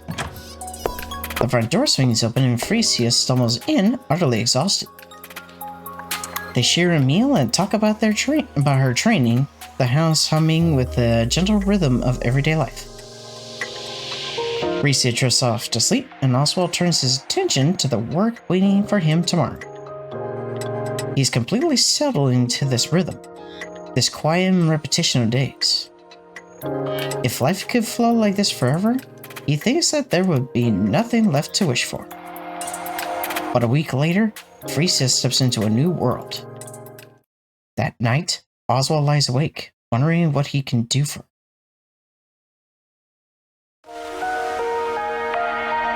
Uh-oh. For nearly half a year, Anise has not uttered a single word. The scribbles on her desk have mostly worn away. The chrysanthemum that sat in the vase is gone. Everyone ignores her completely. She tries to get angry, she tries to plead, nothing changes. Even the teachers stop responding. There's no one to reach out to. Anise has no one. On weekends, she lies alone in her dorm room all day. Still, she goes to school, clinging to the tiniest hope that maybe, just maybe, someone will speak to her tomorrow. Every time, that hope crumbles. Eventually, she gives up. She says nothing. She expects nothing. One day, after everyone leaves and the classroom grows dim and silent, Anise stares blankly into space. And for the first time in months, she speaks. Why am I even still alive? Damn. Well, that was easy. Yeah, not gonna lie, I feel sorry for Anise for sure.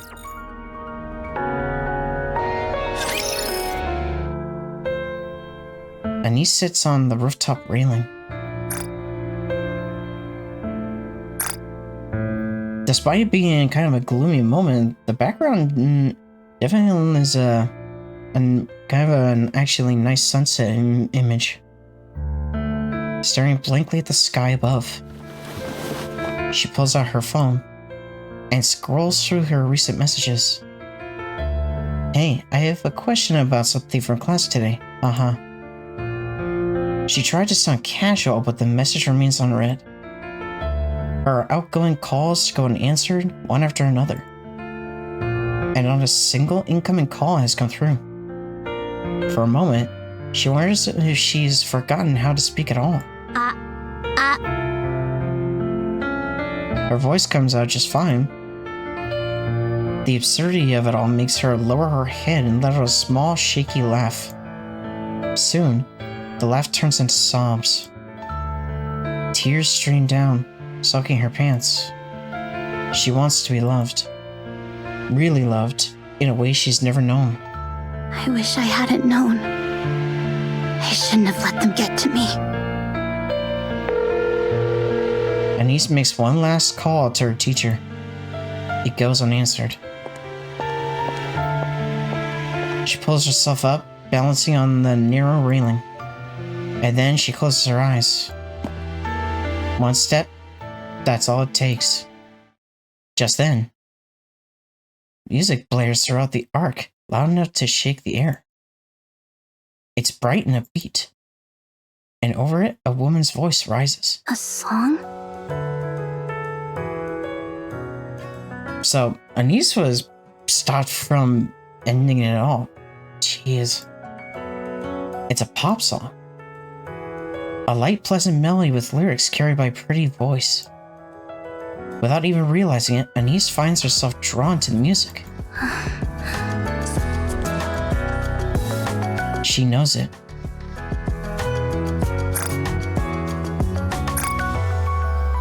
The song was not written for her, and yet it fills the air, calling out to her to keep going. It tells her that she is worthy of love, that she ain't getting through anything life throws at her, and that one day she will look back on these moments and laugh.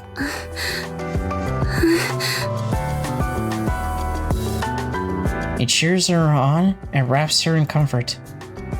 It breathes courage into her. It restores her sense of self-worth. You must live.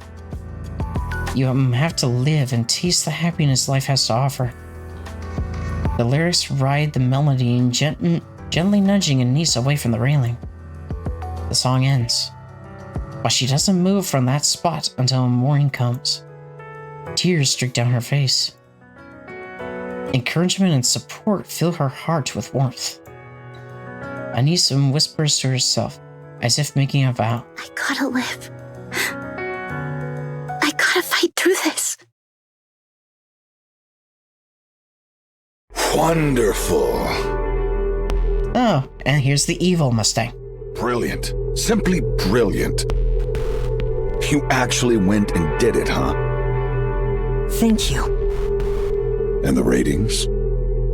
The ratings came in at 41%. Ha! Well done. You make me proud. Thank you.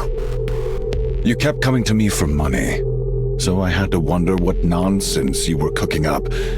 And this is it, huh? Her debut went off without a hitch. Bet it cost a fortune to stream it live across the whole Ark.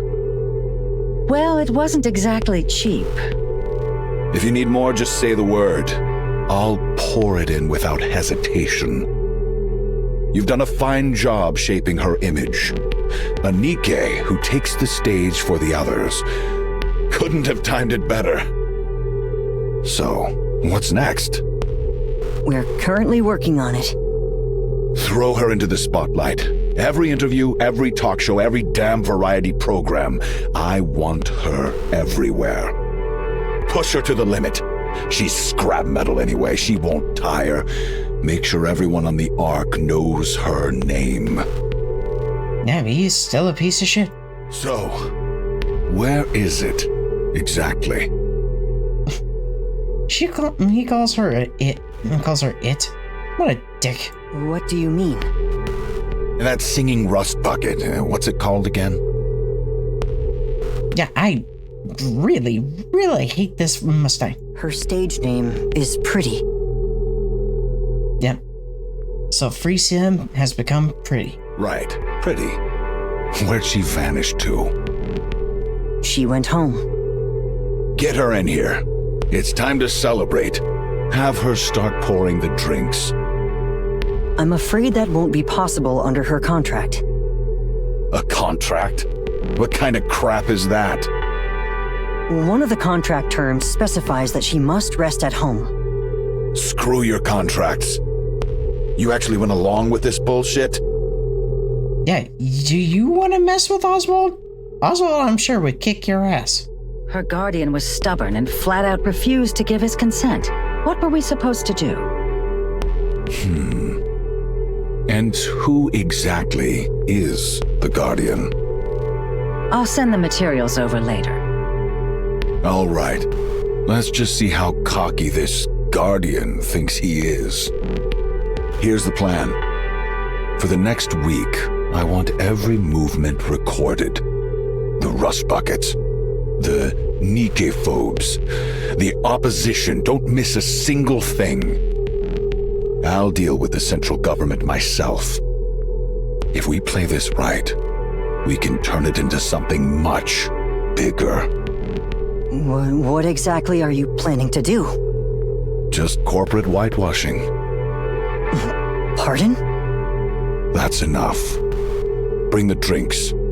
And those scrap metals prepping for their debut, call them all over here. Tonight, we're gonna have some real fun.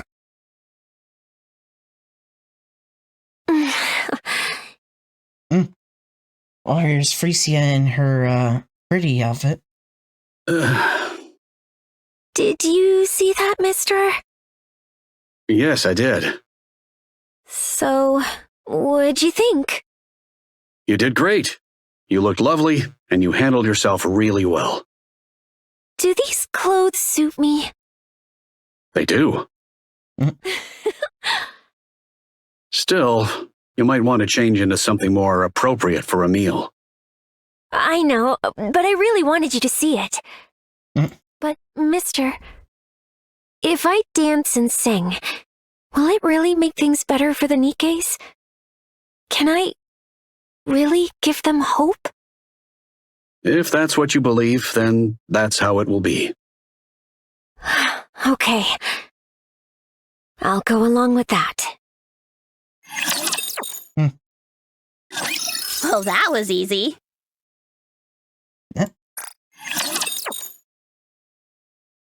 See, this should be the last stage for part 2. Time moves on. Pretty, the first celebrity Nikke, takes the Ark by storm with her debut song, Pretty Star. Hey, and there's the title drop for the side event. Her gripping backstory propels her to stardom almost overnight. And Tetraline's relentless promotion only makes her fame soar higher.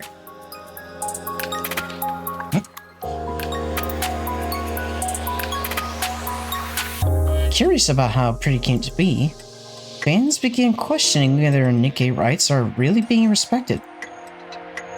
With that, the Goddess Fall incident is thrust back into the public eye, reshaping how everyone sees Nikkes. Riding the momentum of Pretty's rise, the Nikke Rights Committee grows in power, while the Nikke folks become bolder and more extreme in their actions. Around this time, Mustang, CEO of Tetraline, makes a major announcement. At Tetraline, we actively defend the rights of every Nikke. Yeah, isn't that a lie? They are not mere heartless weapons.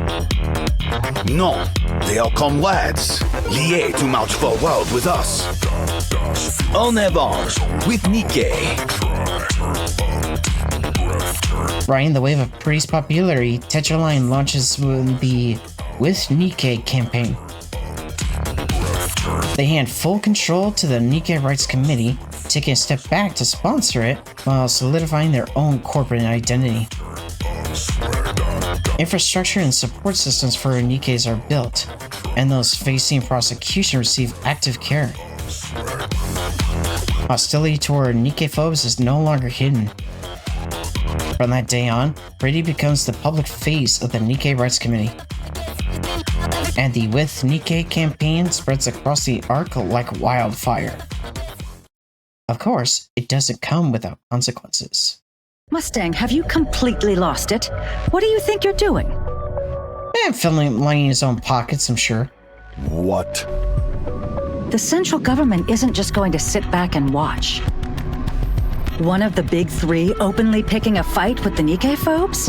What do you think that'll accomplish?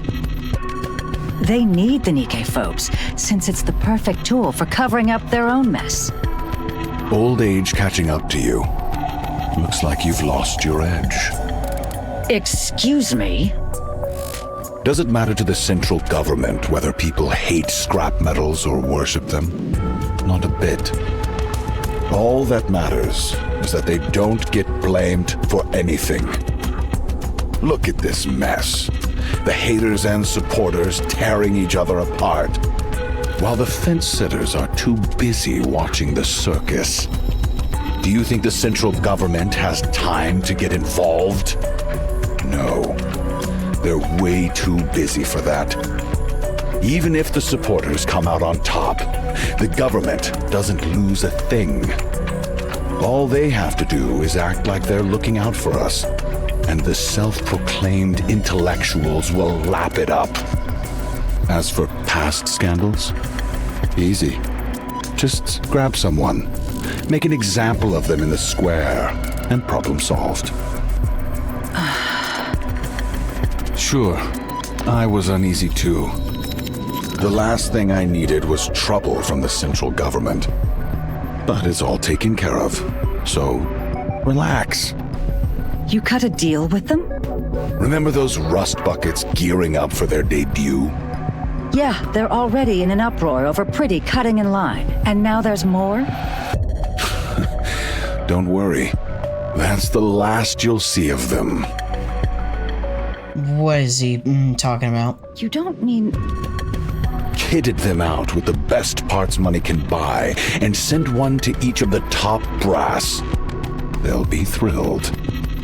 And if anyone thinks of messing with us, we've got leverage ready to keep them in check. And if that doesn't work, we can always send Shade to slit their throats. And that is pretty much where Velvet's connection is to this. So yeah, Velvet was effectively an assassin for this Mustang, not Mustang that we know, that we all know and love. So yeah, her connection is definitely to this Mustang, not current Mustang. That is for damn sure. But there's one thing we don't know, is that who the other members of Shade are, because the only members of Shade that we are aware of, in terms of like reveals and such, is Velvet. It's not exactly rocket science. Do you even realize who these girls are?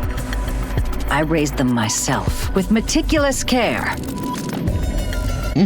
I've never seen this angry expression before, but yeah, she's pissed. Yeah, and I raised them on my dime, so they owe it all to me. Even when they pay me back, they get something out of it. Beautiful, isn't it? You disgust me. Yeah, I agree. You've got some nerve talking to me like that. Oh, trust me, I'm sure she would share worse words. Forget about the dead weights and focus on Pretty. Forget her dancing and singing, just make sure she's presentable. Image is everything. Make her a symbol everyone will remember. That's exactly what I'm doing. And give her a taste of power and wealth. Praise her, indulge her, get her addicted to the high life. Make sure she never even thinks of going back. What exactly are you trying to do? This is just in case. It'd be a real pain if she suddenly decides she doesn't care about fame or money. There's no way we're letting a prize like this slip away. Make luxury part of her life. Turn her into a celebrity. Got it? Fine. But Mustang, you're going to hell. Damn right. It almost sounds like he's looking forward to it. Sick prick. As the company sponsoring Pretty and the With Nikke campaign, Tetraline stocks keep surging as it gains a pro-Nikke image. At the center of it all, Pretty is stretched thin under the relentless workload.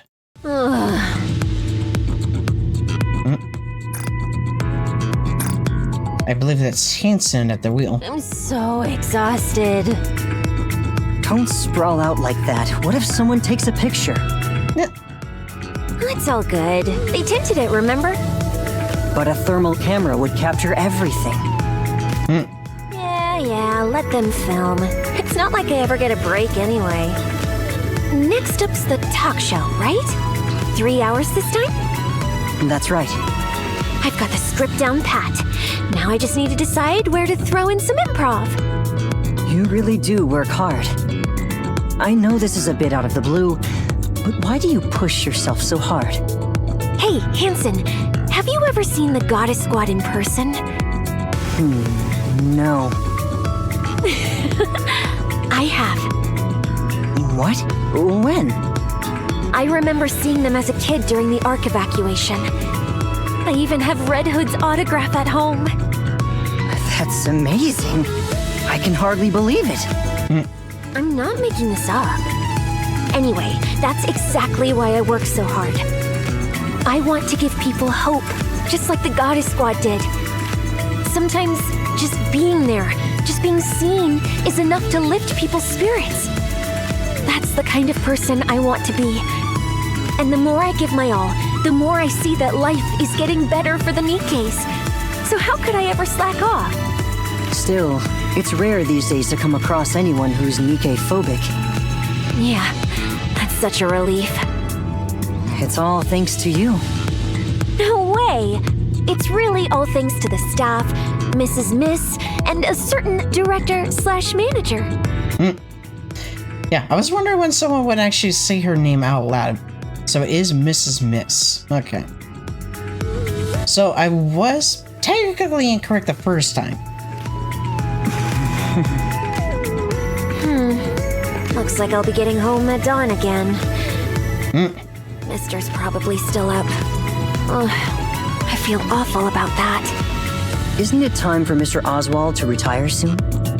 I think he's been retired. Nah, he says he can't sit still without his mind going a mile a minute. You said you'd ask what was on his mind. Did you? No. His expression was so serious and stern that I couldn't even bring myself to ask. Sounds like there's something going on. Yeah. Ugh, I'm beat. Hey, mind your legs while I'm driving. Can we just stay like this for a while? I'm so exhausted. They're heavy. Come on, how heavy could they be? This is a custom-built, lightweight body after all. Move them now. Seriously, why are you being so petty? Shouldn't you be grateful when a pop star rests her legs on you? Or is it that you just can't handle seeing the Ark's top idol showing off those flawless legs? Hey, why'd you suddenly go all quiet? You're right. So get those legs moving. Huh? What's wrong? We're here. Let's get out. What? Oh, okay. Let's go.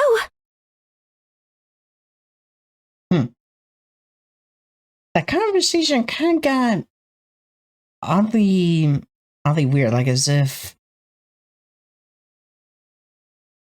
something got hit in the Hanson's attention or something. So, meanwhile, the student's saved by Pretty.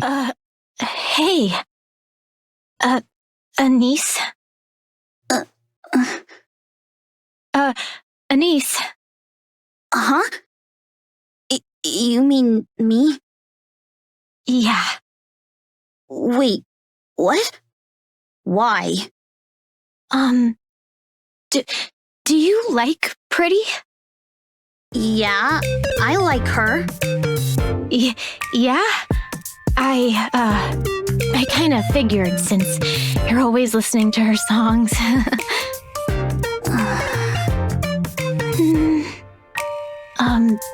I managed to get a concert ticket by chance.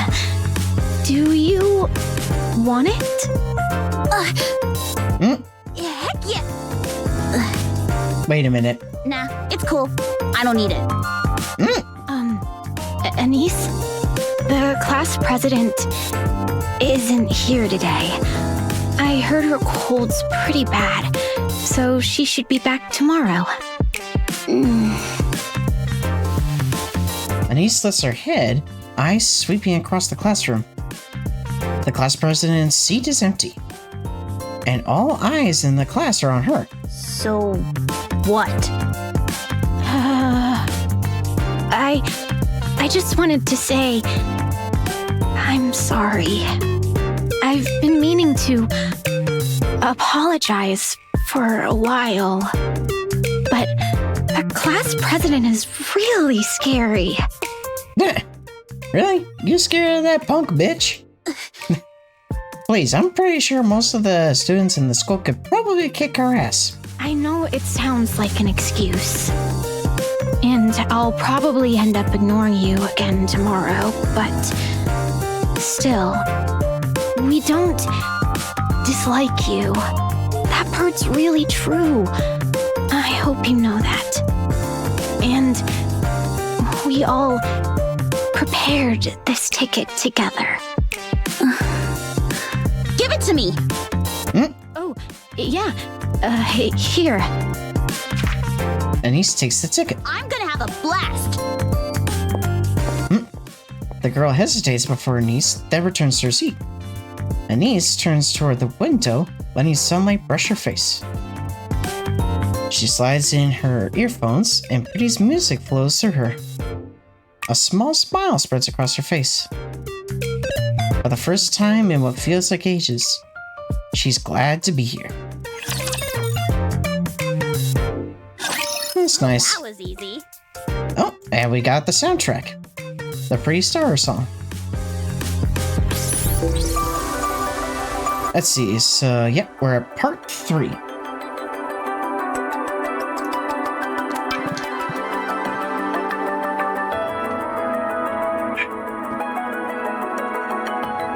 Okay. Needed a moment to hydrate. Okay. So, if there's 3 more parts for each, then that's 6 episodes left. Since each of these stages and quotes are pretty much episodes.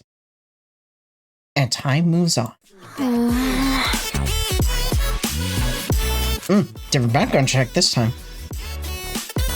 Alicia is glued to her phone in the car. What are you doing? Just checking my social media. Oh no, that mistake's so obvious. Everyone noticed it. It happens. No one's perfect. Still, they spent the time and money to come all this way. Hey, Hanson, can we squeeze in a bit more practice? You're only getting 3 hours of sleep even now. Cutting back any more could be risky. Jeez. But, I'll cancel the dinner with the board. Honestly, we don't really need it. But won't that make things harder for you? Yeah, because Mustang will get pissed. It's fine. They know full well who they have to thank for their comfortable lives. Sweet! Thanks! Next up is the With Nikke speech, right?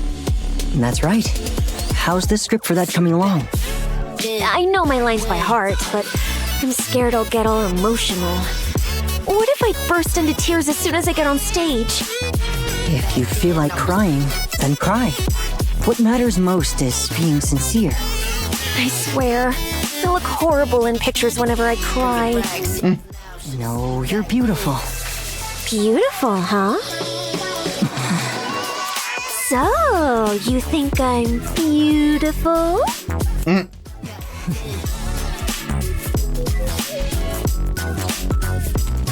Anise steps into the classroom. Her eyes meet a few of her classmates, and for a moment, they share a silent greeting. She slides into her seat. By now, the scribbles on her desk are almost completely erased. Someone passes by and quietly leaves a piece of candy on the corner of her desk. She unwraps it without a sound and pops it into her mouth. Her gaze drifts into the window as she chews slowly.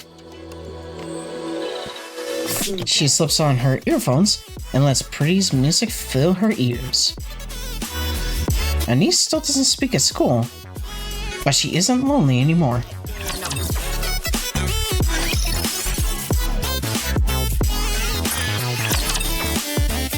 Anise didn't pop up at the end screen this time.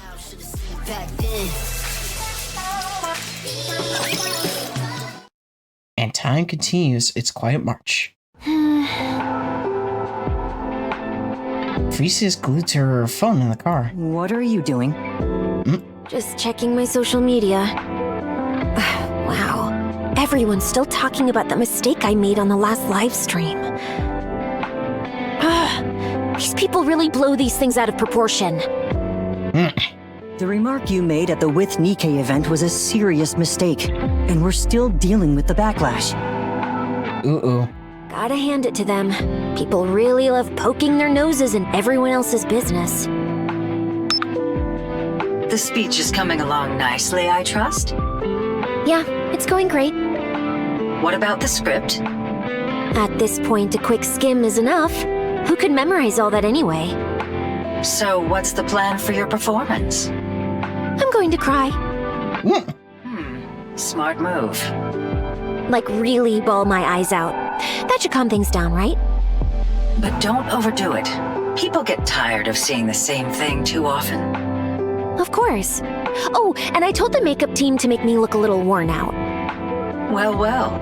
Looks like you can manage on your own now. I couldn't have done it without my amazing producer. You know there's a party after this, right? Make sure to show up and flash that smile of yours. So this is all to just butter people up, huh? Count me out. I'm not singing. I'm not making you perform. That performance is worth too much to waste on them for free. See you later, then. Okay. I'm beat. Pretty. Wait, why'd you call me like that out of nowhere? Are you doing okay? Yeah, sure, but okay about what? Well, just this and that. Why do you ask? It seems you've changed quite a bit. I have? Yes. I've gotten used to it. I'm better at handling things now.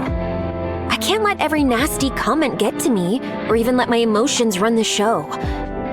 I'm a celebrity now, the very first Nikke celebrity. I've got to take things in stride and keep my emotions in check. Honestly, I think I'm pretty good at that. Yeah. Are you happy now? Absolutely. I'm so happy I can't believe I didn't do this sooner. I see. As long as you're happy, that's all that matters. Hansen, I know I've changed a lot. You're just exhausted. You'll feel better soon. Yeah, it's hard. Really hard. But I can't stop. No matter how hard it gets, I have to keep going. Otherwise, I'll fall apart. Why are you pushing yourself so hard? Maybe things would turn out better if you took it a little easier. I can't. I've become a symbol. Pretty is the face of Nikke rights now. If I mess up, the Nikkes get blamed. If I do well, they're the ones who get praised. So I can't take it easy. But going full power all the time wears me down.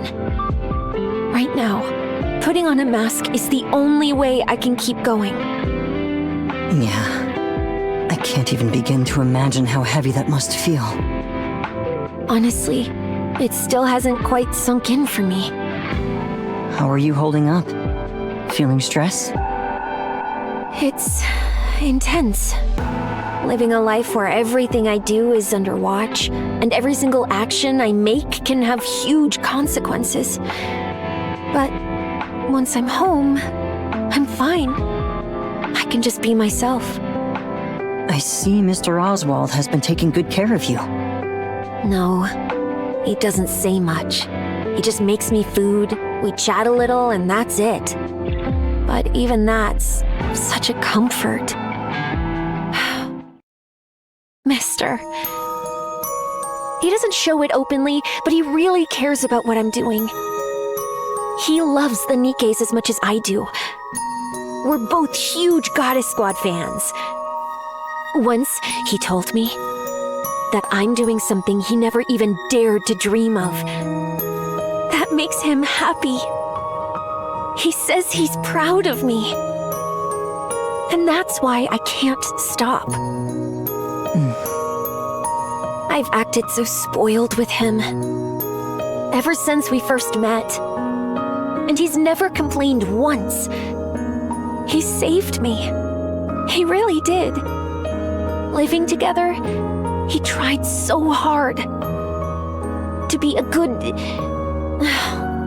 I'm going to cry. A good father. I tried just as hard to be a good daughter, too. I wasn't always great at it. But now, I think I'm doing okay. I want to be a daughter he can always be proud of. That's why I can't stop.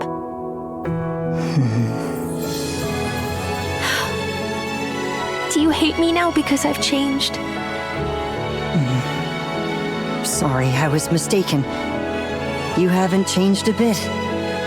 You were just the same as always. Thanks. I think it's about time I got my hands into politics. That definitely does not seem like a good idea.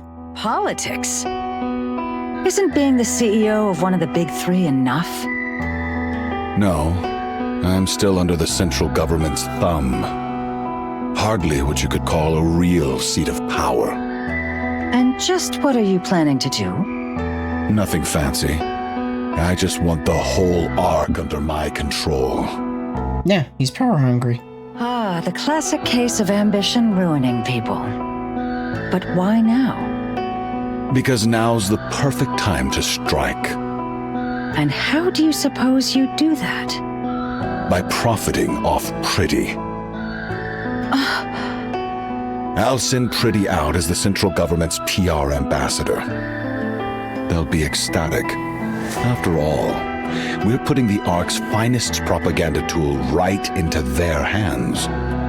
There'll be some backlash from the public, but only a tiny fraction. Those who idolize Pretty will follow her blindly. They always have. Did you honestly think they ever cared about Nikke rights? And in return for handing them Pretty, I take my place in the top echelons of the central government. Then what? Well, if I manage to break into politics, the first thing I'd do is... I'm talking about Pretty. I couldn't care less about what you're up to. Same as always. Singing, dancing. The only difference is their so-called fight for Nikke rights now just serves the central government. Ha. You really only ever think about yourself. Exactly. At the end of the day, the only thing that matters in life is me. Such a freaking narcissistic asshole. Living for others, that's just hypocrisy wrapped up as virtue. Enough. I won't let you throw Pretty away like she's nothing. There's a limit to ingratitude. You're really going to use the very one who pulled Tetraline back from hitting rock bottom and then discard her? Get a grip. You didn't get here because you're exceptional. You've been scraping by for so long that now you think you own the whole table. What? Lost your thrill all of a sudden? Want to get yourself fired? Pretty still loves to dance and sing. And of course, she loves the Nikkes. Exactly. That's why I'm letting her keep going. If you do that, it won't be the same anymore. So what? People change. And she's nothing but scrap metal anyway. I'm warning you. Stay away from Pretty. Don't push your luck. If you've got a problem, the door's that way. Look at you, acting like some big shot CEO. You're just a lowly producer. Now, get out. Mrs. Mist glares at Mustang for a long moment before walking out.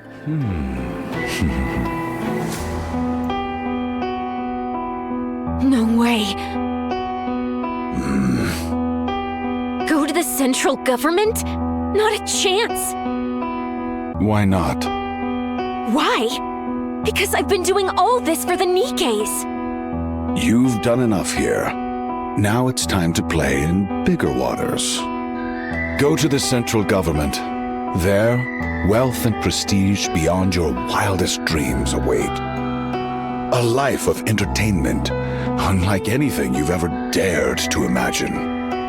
You really think that's what I wanted? And you call yourself the CEO when you're so bad at reading people? I'm not going. Not ever. Oh, really? That's right. Suit yourself. Retire then. Come again? I said retire. Why should I keep wasting money on a worthless hunk of junk that won't listen? Retire. Get out there and do whatever it is you love so much. But I'm the symbol of all Nikkes. Then go handle it yourself. Ready to sign the papers? I took a worthless nobody and made you a star. And now, you're so arrogant, it's insane. Listen up, Rust Bucket. Everything you flaunt around is some shiny symbol of scrap metals. It's all thanks to my money. My hand behind every publicity stunt, every fabricated scandal, every crafted image, every record you've ever sold. Who do you think made all that happen? Not you. You think singing and dancing alone would have cut it? You've never been that good at either. Deep down, you know it was never enough. That's why you're keeping your mouth shut. Refuse my offer, and I'll kick you out and spread every vile rumor I can think of. Pretty used to despise Nikke's, and the moment she became one, she put on a fake act of repentance just to fool everyone in the Ark. Now I know that's full of shit. No one in the Ark would fall for a lie like that. You really think that? I turned a nobody Nikke into the biggest pop star the Ark has ever seen. Think I can't take it all away? You have no idea how many people are just waiting for you to screw up.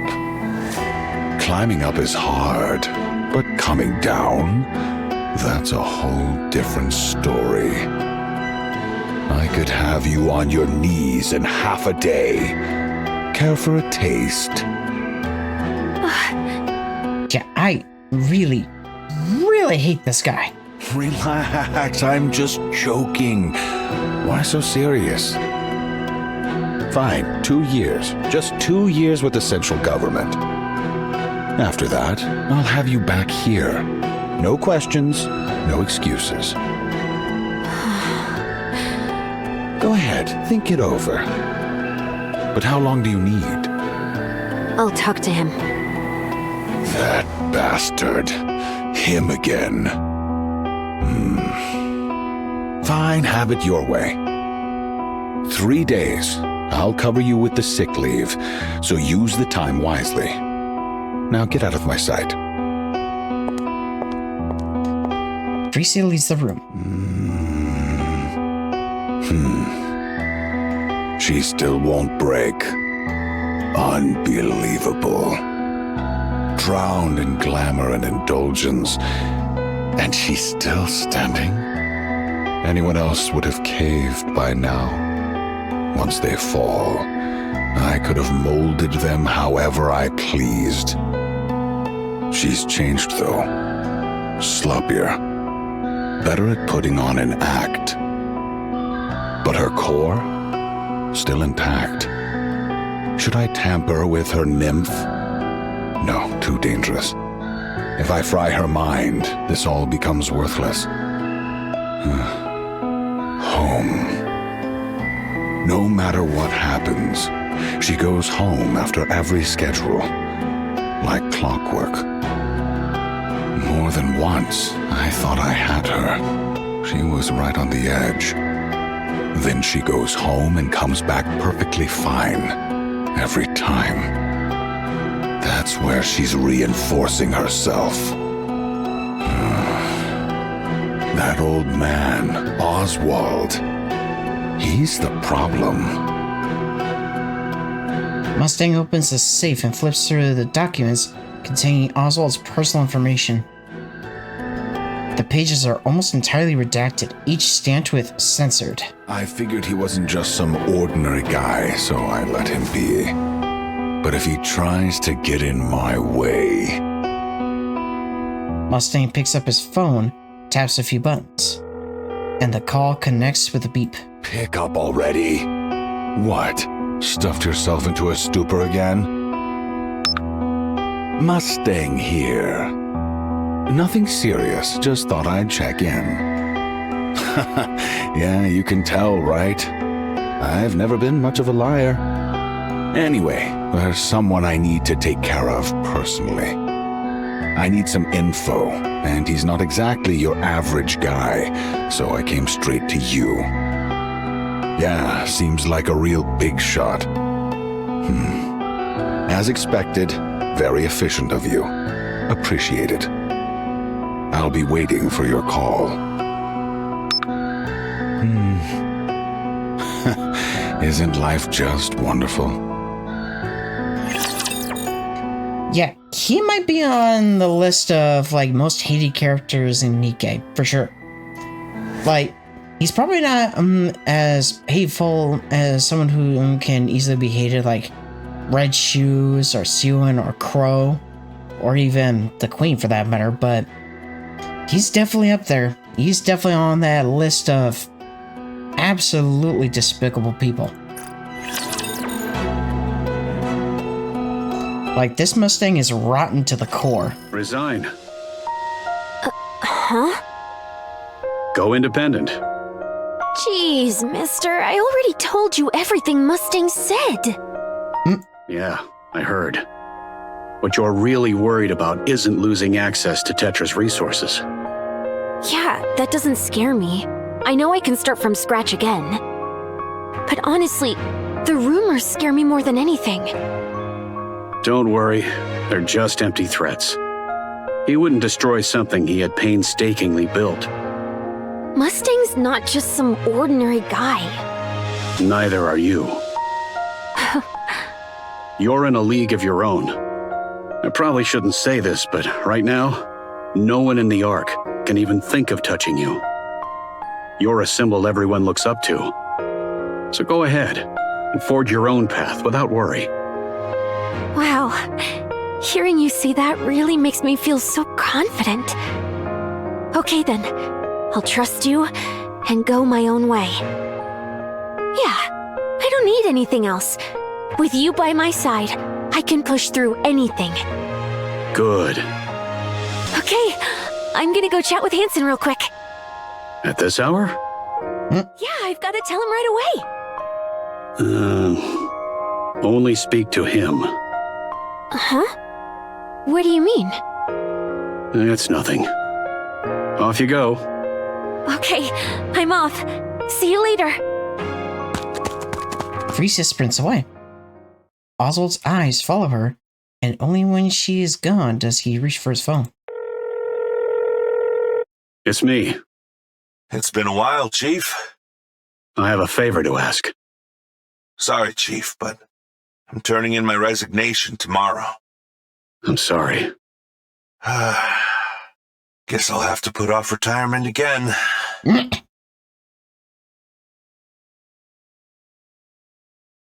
The next day in Mustang's office at Tetraline. What's this? Ah, they're meeting face to face. These are files documenting Tetraline's internal misconduct. They show records of Nikke's being regularly sent to the central government. And the purpose of each dispatch is clearly recorded. So that's supposed to scare me? I just wanted to let you know about this. You just want me to leave Pretty alone, is that it? Yes. That should be all. I'll take my leave. Hellhound Oswald, still playing soldier at your age? I could bury you in an instant. But here you are, acting far too recklessly. Yeah, I'm pretty sure in hand-to-hand combat, he would kick this guy's ass. Go ahead. I've got nothing to lose. What about your daughter? You won't touch Frisia. I trust you're smarter than that. Fine. I'll ask you one thing. How'd it feel, abandoning the Goddess Squad on the surface? You did that, didn't you? The Goddess Squad deserted after the Ark sealing operation. No. I know exactly what you did. You abandoned them. When you're the CEO of one of the big three, you get to know things. All kinds of things. Old voice logs uploaded into machines. Transcripts from the Ark sealing operation. Now, what was it again? Thank you and the Goddess Squad for everything you have done for humanity. How moving. You really believed you scrubbed that clean, didn't you? No. Anyone with half a brain already knew. They just looked the other way, since the Hellhound was too valuable to lose. And letting the Goddess Squad into the Ark, that would have been inconvenient. So it was quietly brushed aside. Now tell me, how did it feel? Abandoning your precious heroes up on the surface. The poor goddesses, rolling around up there like stray dogs. Oswald, do me a favor. Kick this guy in the dick, please. Just when it looked like they might finally set foot inside the Ark, they were played for fools and abandoned. A tragedy, truly. Pretty adored the goddesses, too. What a pity. Without a word, Oswald walks past Mustang and heads for the door. What's the matter? Cat got your tongue? Stay away from Frisia. Consider this a warning. A warning? How cute. Oswald grips the doorknob. Oh, right. I wouldn't open that door if I were you.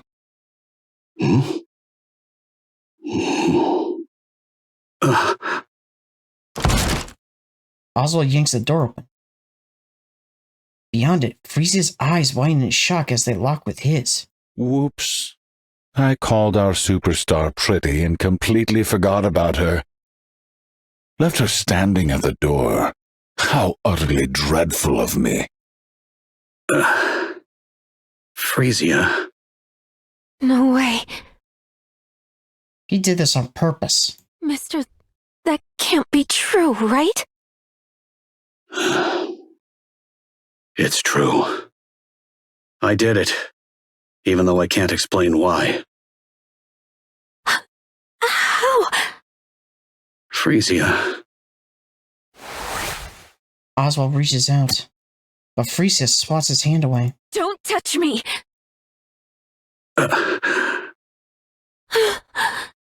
This is the worst! Frisia dashes off. Oswald stands frozen, eyes following her every move. Meanwhile, Mustang laughs.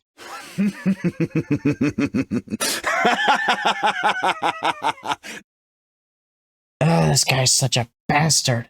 Now that's entertainment! That was a bit too much. Huh? There's no need to come between a father and daughter, is there? Have you lost your mind? What's gotten into you all of a sudden? You could have just pressured them like you always do. Why did you have to split them? A fist smashes into Hansen's jaw, and he hits the floor. You think being Pretty's manager makes you someone special? Listen closely, Hansen. Everything you have right now. The clothes on your back. The shoes on your feet. The car you drive. The room you sleep and wash in. None of it belongs to you. It's all mine. Every last bit. You live a life most people could only dream of. And yet you haven't earned a single thing yourself. You play at being Pretty's manager for a while, and suddenly you think you raised her. What if I took it all back? Or simply reclaimed what's mine? What would you have? Nothing. Actually, I skipped the last words, but honestly, who cares when the words are coming from this dickhead? You'd be nothing. So just stick to driving her around and handling her schedule. Remember your place, and don't overstep, Hansen. Do what I tell you. just like you always have and always will. Understood? Do I make myself clear? Yes. You pathetic fool. What a loser. If that father and daughter mean that much to you, the least you could do is put up a fight. Now get out of my sight. Hansen staggers to his feet, bows his head, and leaves the room. Pathetic. Yeah, I really hope he gets his comeuppance. I really, really do. Oh, okay, there's actually more than 3. So 10, 11, 12, 13, 14, 15. So 6 stages to go. But this is the final part, so we'll see what happens next.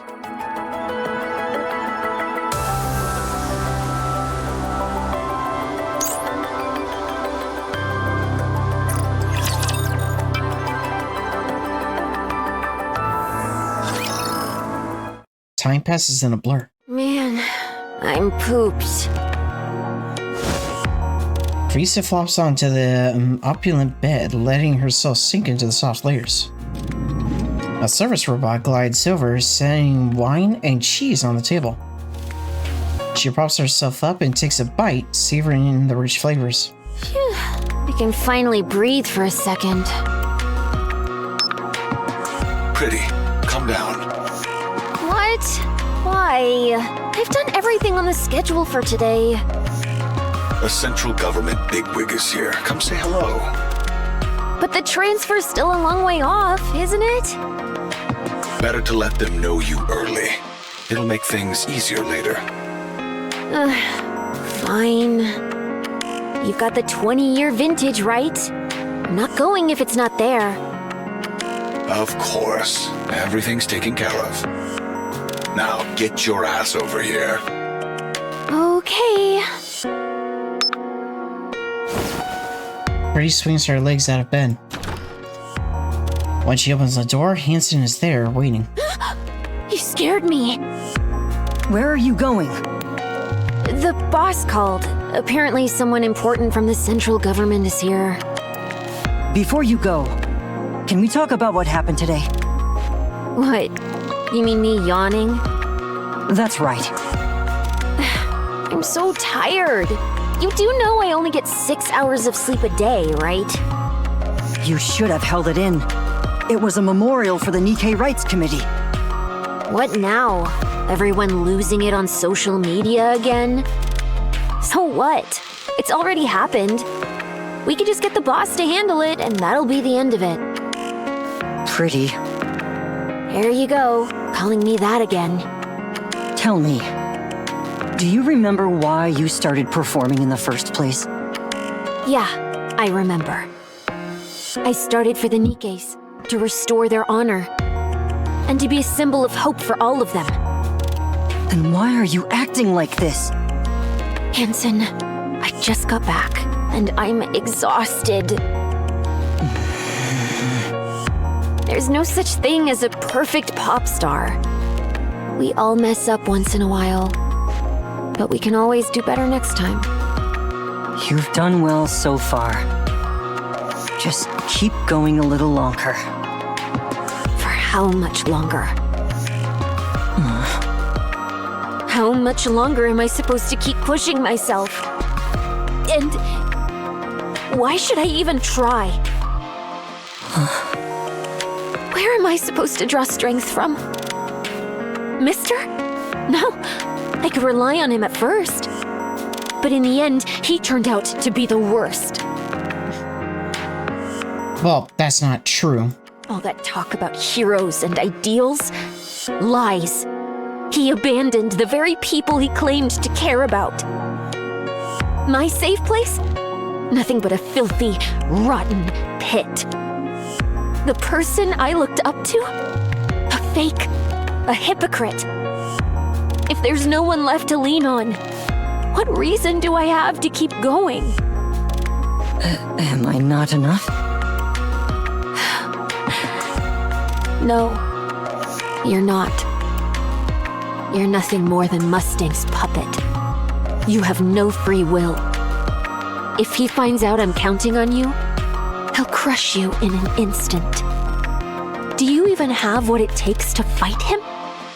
Can you really break free from his control? Yes, I can. Oh, yeah? Krita glances at the camera on the ceiling, then moves to stand in front of Hansen. Kiss me. Come on. Kiss me, Hansen. See? You really can't do anything, can you? Krita brushes past Hansen, bumping his shoulder as she goes. Hansen stays rooted to the spot for a long moment. Frisia lives in a lavish mansion provided by a Tetraline. She hasn't returned home once, nor exchanged a single word with Oswald. After losing her umbrella, she slowly falls under Mustang's influence. Under Mrs.'s guidance, she gradually transforms into a pop star. Then, one day, during a press conference about a downtown alcohol-fueled incident, more than 20 armed Nikke foes swarm Frisia. Oh no. Get down! Don't move! Where do they even get weapons like that? God damn it! Where the hell is the central government when you need them? Yeah, not so tough now, are you, you dick? I'll distract them! When I do, run! There's a car behind us! Get ready! What are you saying? You'd die if you got shot. Then I'll... They've got anti-Nikke weapons! You won't be safe either! Here I go! 1, 2... Wait! By the entrance, waves of mass-produced Nikkes from the central government surge in, crashing with the Nikke foes in a violent firefight. Gunfire and explosions tear through the air, screams ripping from every corner. Frisia huddles beneath the podium, clutching her head, her own cries piercing the chaos. And then, just like that, everything goes silent. Phew. Almost bit the dust there.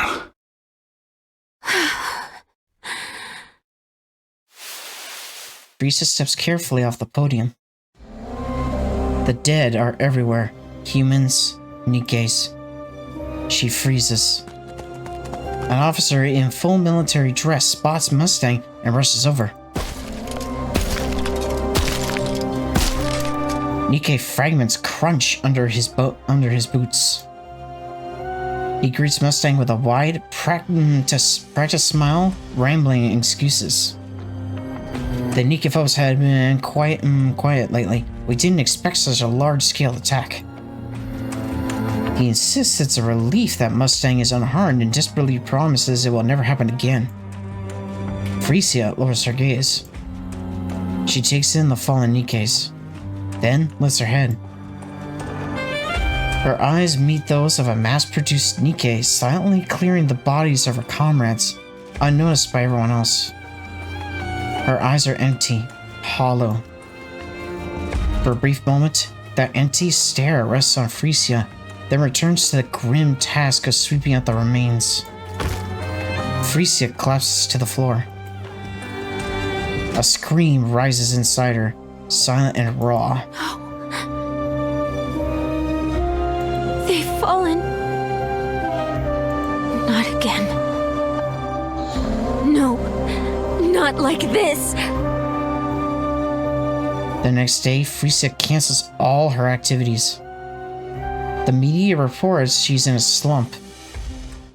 And for the first time since her debut, she goes on an extended break. So, really, no one's volunteering for the chairman's visit performance? If you're willing to endure a little embarrassment in the auditorium, There'll be a scholarship and other perks. You don't even have to be that good. Silence falls over the classroom. Okay. No one's volunteering. Each class has to have at least one, so now you're putting me in a bind. Should I just pick someone myself? You wouldn't like that, right? Come on, just grit your teeth and do it. It'll be over before you know it. Help me out here. The class president raises her hand. I recommend Anise. As soon as the class president finishes speaking, a heavy silence settles over the room. She listens to pretty songs all the time, so singing and dancing to one shouldn't be a problem for her. So, what do you think, Anise? Anise stares daggers at the class president. Drunk on her small victory, the class president smiles faintly at Anise before turning away. For the first time in what feels like forever, Anise finally speaks up at school. Yeah, I'll take care of the performance. Alright, whenever you've got a song in mind, just send me a message. Okay. Alright, that's it for today. Get home safe. With that, class ends for the day. Anise narrows her eyes, her gaze fixed on the back of the class president's head. Without so much as a glance, she hurriedly packs her bag and slips out of the classroom. That piece of shit! About time someone called her what she definitely is. Anise? Yeah? What song are you gonna do? Pretty Star, right? It's her debut song, after all. I have footage of her live performance, so I'll send it to you. Oh, yeah, thanks. You move so well, Anise. You'll totally nail it. Are you going to sing too? Yeah, I guess so. I've also got a high-quality backing track we can use. If it's okay with you, I can help out too. Thanks a lot. But you sure you want to do this? You mean the class president? It's fine. You're gonna be doing a pretty song, after all. Two of my faves together. I can put up with the class president for this. Are we starting today? Maybe we should. Do you want to go together? Yeah. Well, that was easy.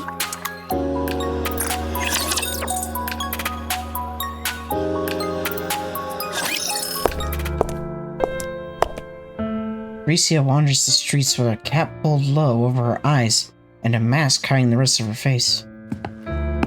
Hanson walks at her side, matching her pace without a word. Up ahead, a citizen presses an empty cannon into the hand of a Nikke walking down the street. The last of its contents already drained. The Nikke lets out a sigh, takes it from him, and tosses it into a nearby trash bin. Freezy and Hanson keep moving. The Nikke stationed at the public facility stand guard, their uniforms disheveled and their bodies worn and battered. A group of students lingers nearby, snickering as they hurl scraps of food at them for sport. The Nikkes don't react. They don't even flinch. No one steps in. No one tells the students to stop. Freezy and Hanson continue down the street. In a dark corner of the park, a mass-produced Nikke is getting pummeled, her body swaying with each hit. It isn't supposed to hurt.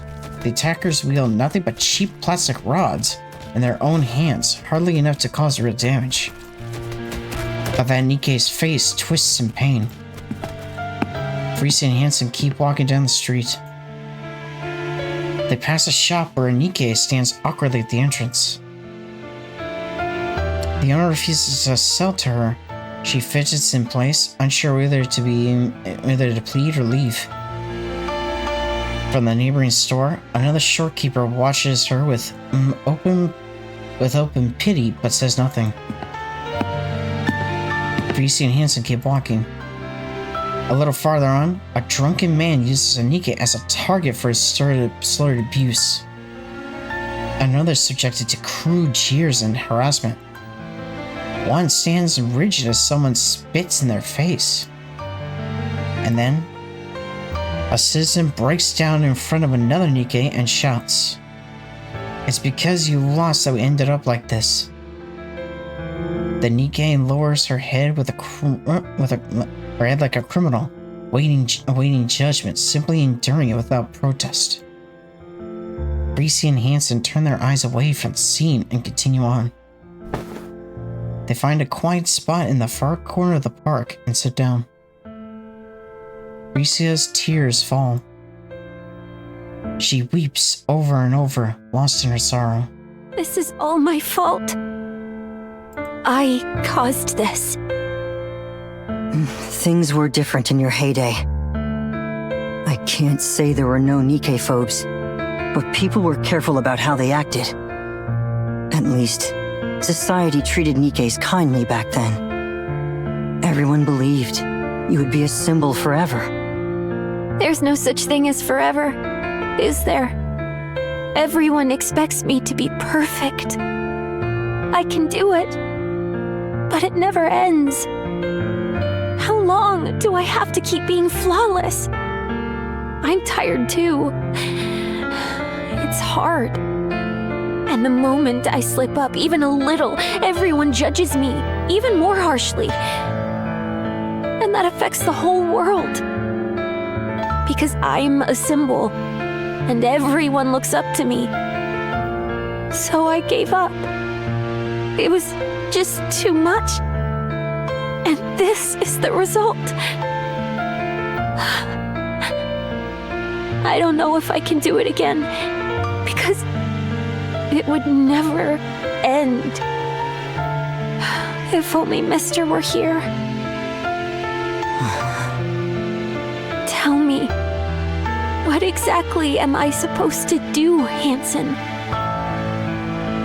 I don't know.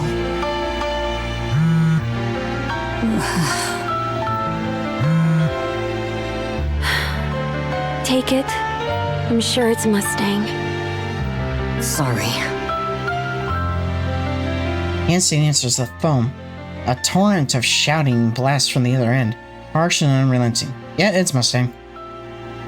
When he hangs up, he turns to Freesia with an unreadable expression. Go ahead. I'm just going to sit here for a bit. Sorry. Freesia does not respond. Hanson rises from his seat, casts her a quick glance, and then takes off running. The park is silent under the night sky. Freesia stares into the empty space, lost in thought. I just don't know anymore. Ken. Oh, Anise is here. Can I get your autograph? Who are you?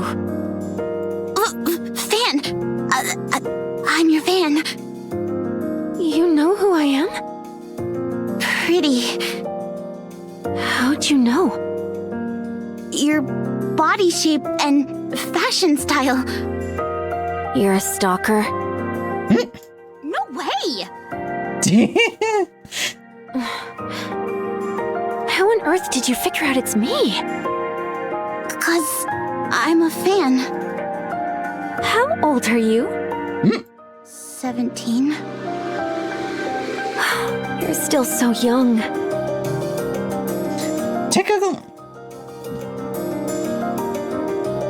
By technicality, Anise borderline looks as old as Freesia, I'm not gonna lie.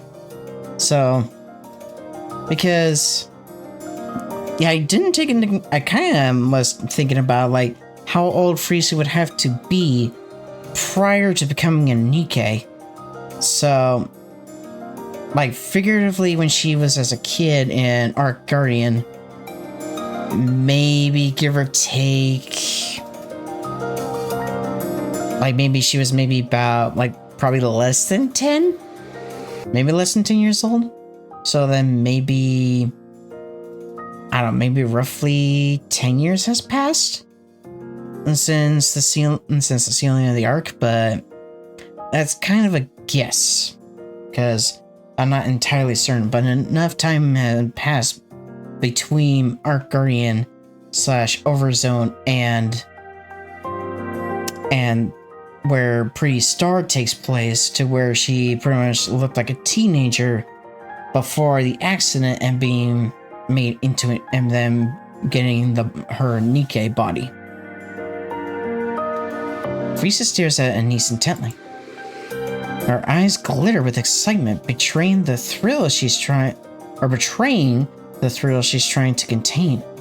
It's the unmistakable expression of a fan. Sit.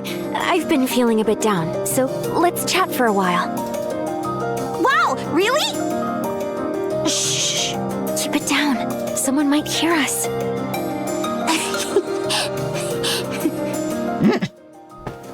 Anise sits down next to Frisia. Wow, this feels like a dream. Why do you like me? Because whenever I see you, I feel like I can take on anything.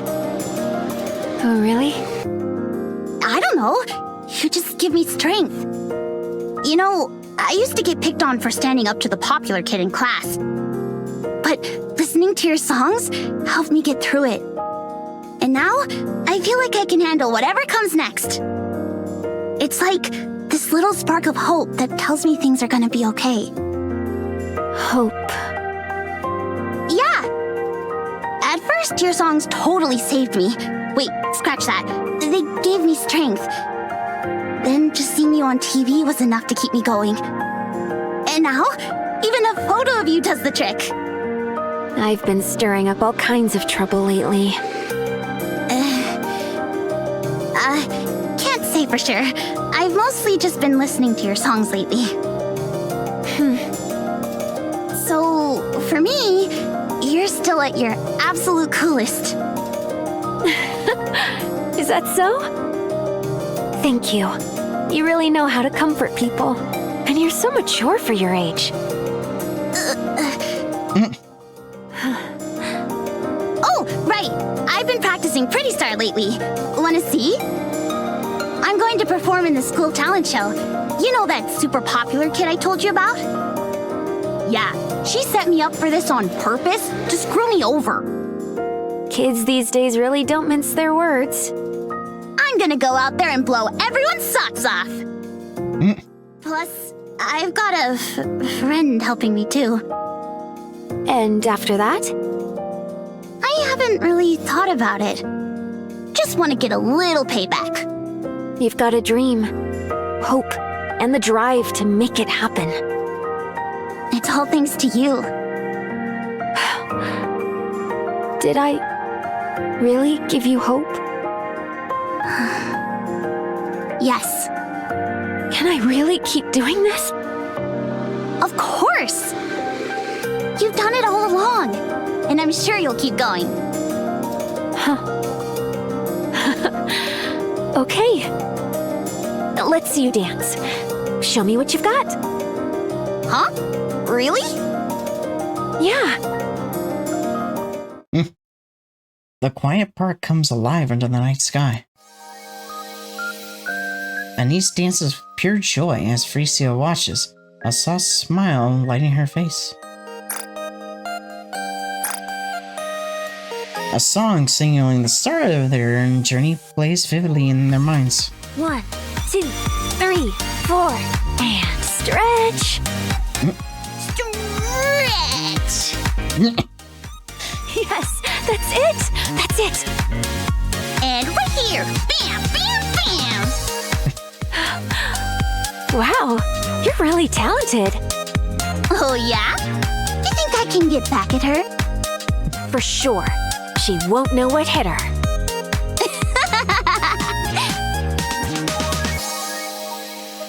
That was so much fun. That's definitely a nice image.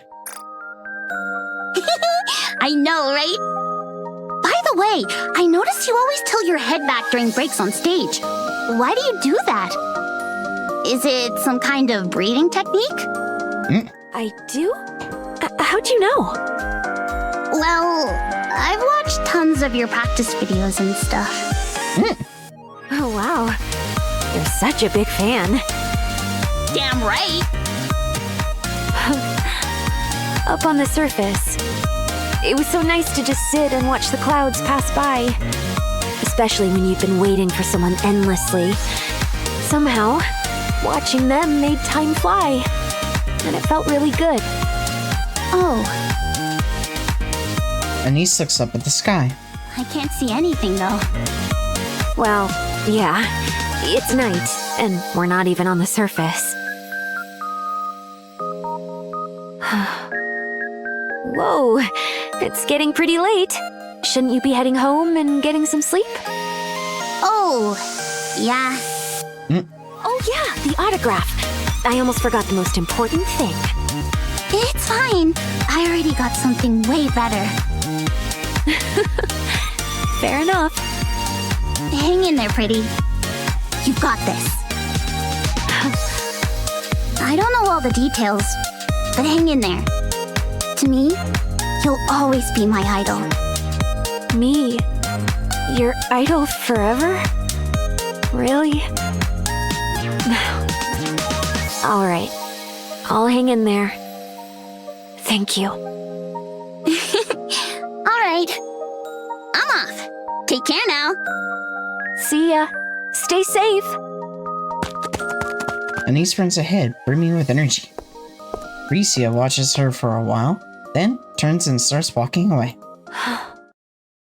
An idol forever. Oh, that was easy. Okay, so there should be like 4 left? Yep, 4 to go. On to stage 12.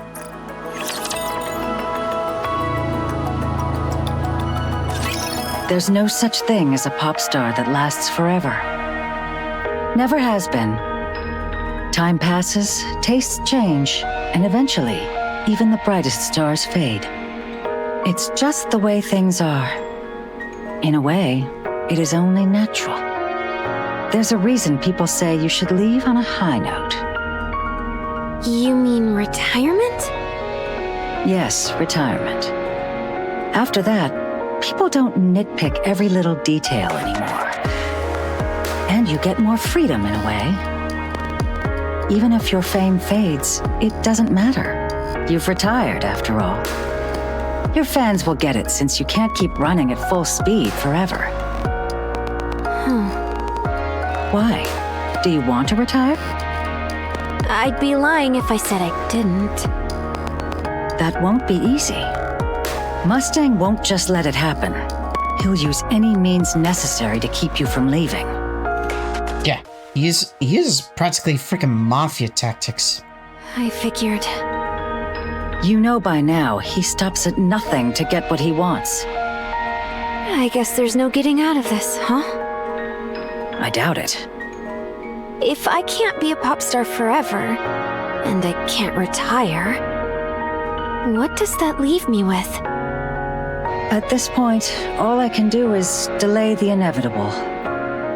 And in the end, I'll vanish completely, leaving no trace. I'm sorry. I didn't expect you to say something like that, Mrs. Miss. Neither did I. Especially given her, like, kind of actual look of, like, regret on her face. I'm the one who made you a pop star. So I always knew this day would come. Still, there was nothing I could do. Was it for the money? Money? I already have more than I could ever need. The Ark was drowning in darkness. It needed a star. And you were born to be that star. A star. Bright stars cast their light over everyone. Those who gaze up at them are captivated and forget their troubles, even if only for a moment. For that brief instant, pain fades, and all that remains is joy. That's the power of entertainment. You're a star, the Ark Star. My job is to buy as much time as I can until that star dims. Until the next one rises. So I'll help you with anything, except retirement.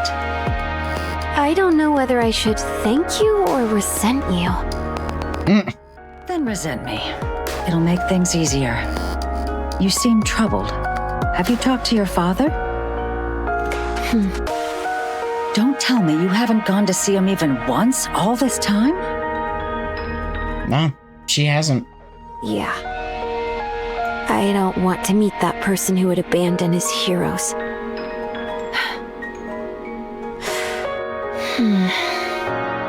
What's wrong? Right. There really aren't any stars who last forever. Sorry, I should get going. Thanks for talking with me. All right. Take care on your way.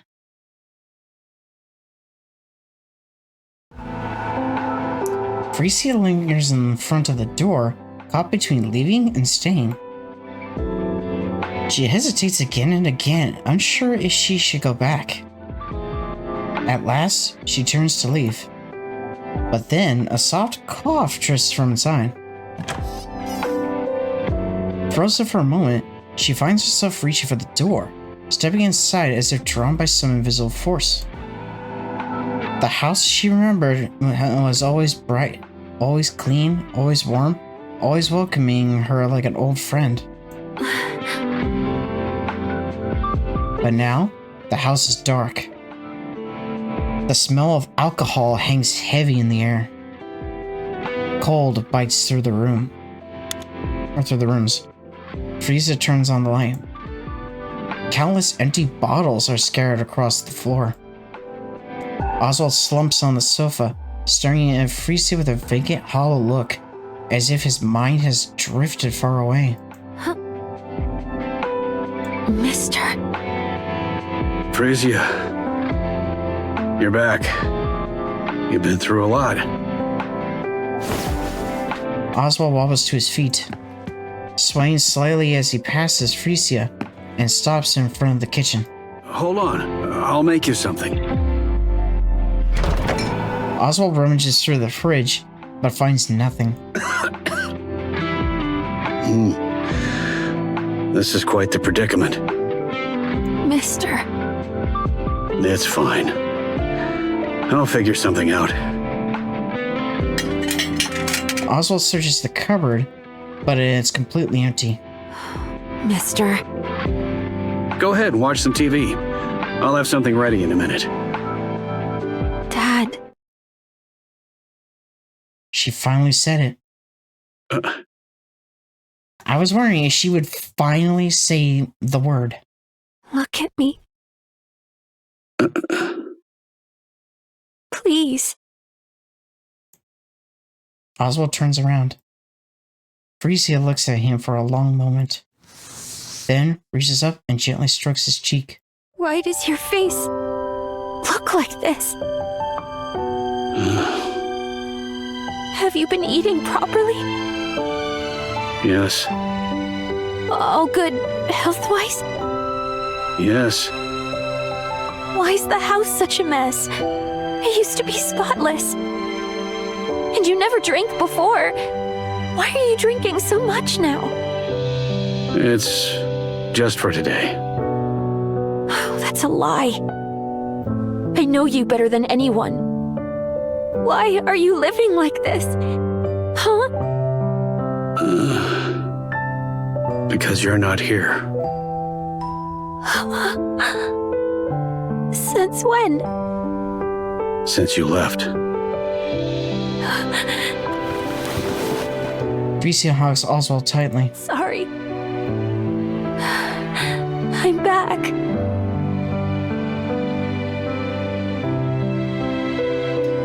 Friesen and Oswald sit across from each other. Water is all they have to drink. With cups set between them, they finally talk about the things they've avoided for so long. I abandoned my heroes. There were reasons, yes, but nothing that could ever excuse what I did. I was consumed by guilt and the thought that I'd betrayed them. I didn't even want to be alive. But you were there. Just knowing you were there made it impossible to give in. It was enough to comfort me. So, I kept going. I kept living as best I could. Yeah, I know that better than anyone. That's why I left, and why things ended up like this. I know you can't forgive me. I won't make excuses. Abandoning the Goddess Squad was my fault. I can't explain why, but I won't deny it. I just couldn't bear to see my heroes, everyone's heroes, fall apart. I don't know all the details, but I'm sure you had your reasons. Even if I can't say for sure, I know something terrible would have happened if the Goddess Squad had come to the Ark. They could have been broken, fallen from grace, or even died. That's why you abandoned them. You didn't want to see any of that happen to them.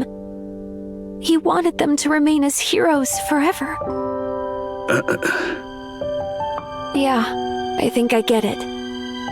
Heroes aren't allowed to break. They're supposed to stay untouchable. But time, people, the world, they tear them down anyway. In the end, every hero falls. And when they do, they take the people who believed in them down with them. Something happened, didn't it? It did, but it's all right now. I'm glad I came to see you. I'll be back in a bit, so don't start cleaning. Let's do it together when I get back.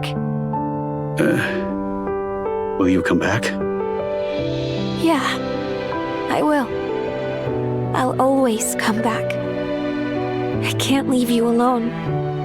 All right. I'll be waiting. Okay.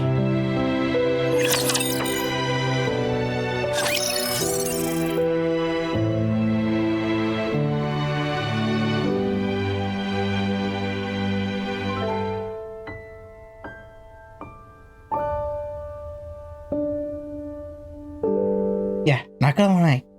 That moment has definitely got me choked up for sure.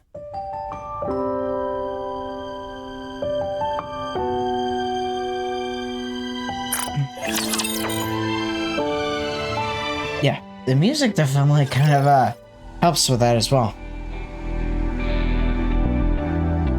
Brady announces her return.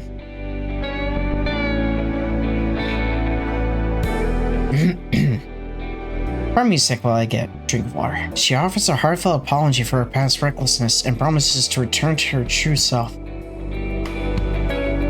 She steps away from the spotlight as a pop star, dedicating her days and nights to defending Nikke rights. The Nikke Rights Committee, once weakened by her erratic actions, quickly regains its influence. And public support rises once more to the heights of her heyday. Pretty shines as the Ark's star and stands as its symbol. She knows better than anyone the ripple effect of her actions across the Ark. Driven by that awareness, she strives to show only her best self, and her efforts begin to bear fruit almost immediately. Ugh, so busy. I'm not even singing and it's this crazy? How on earth did I even manage all this back then? Still, things have been going well lately, and I can't help but think back to when you first debuted. Feels like I've gone back to square one. Then we'll start again. Think you can keep going? Absolutely. Come on, let's nail the next one perfectly. All right, let's go. Not bad. Sprucing up her image before heading to the central government, huh? Smart move. She's a first-rate celebrity. I'll give her that. Pretty handled it herself. She's been wreaking such a mess. I was honestly starting to get worried. My finest product for the central government is rotting right before my eyes. So, she's still going home? Yeah, every single day. What's the matter? Upset that you can't control everything? I suppose not even the great Mustang could come between a father and his daughter. Silence. Never mind. Results are what matter. Yeah. He only said silence because she's right. Go all in for the Ark superstar. Naturally. I finished recording everything. You were amazing, Anise. I really think our class is going to win first place. Oh, stop it. I honestly think you'd make a great pop star. I really mean it. A pop star, huh? Yeah. If you ever become one, I'd want to be your manager. It'd be so much fun, traveling around, performing everywhere. Hey, keep it down, will you? Yeah, sorry. Let's head outside.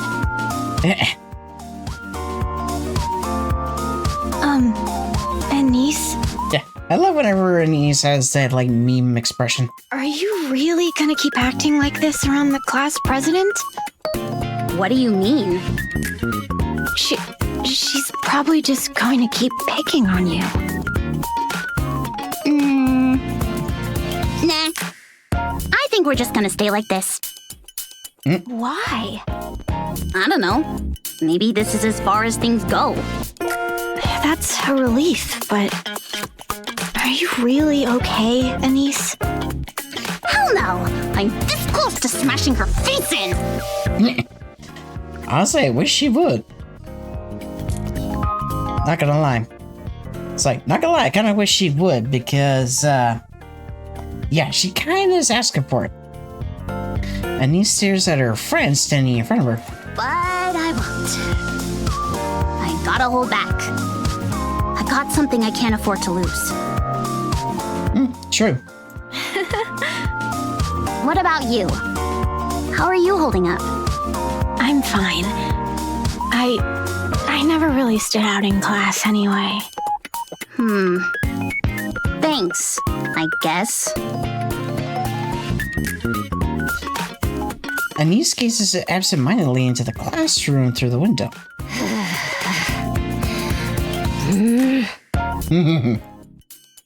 Yeah. The class president nervously chews her fingernails. What's the worst that could happen?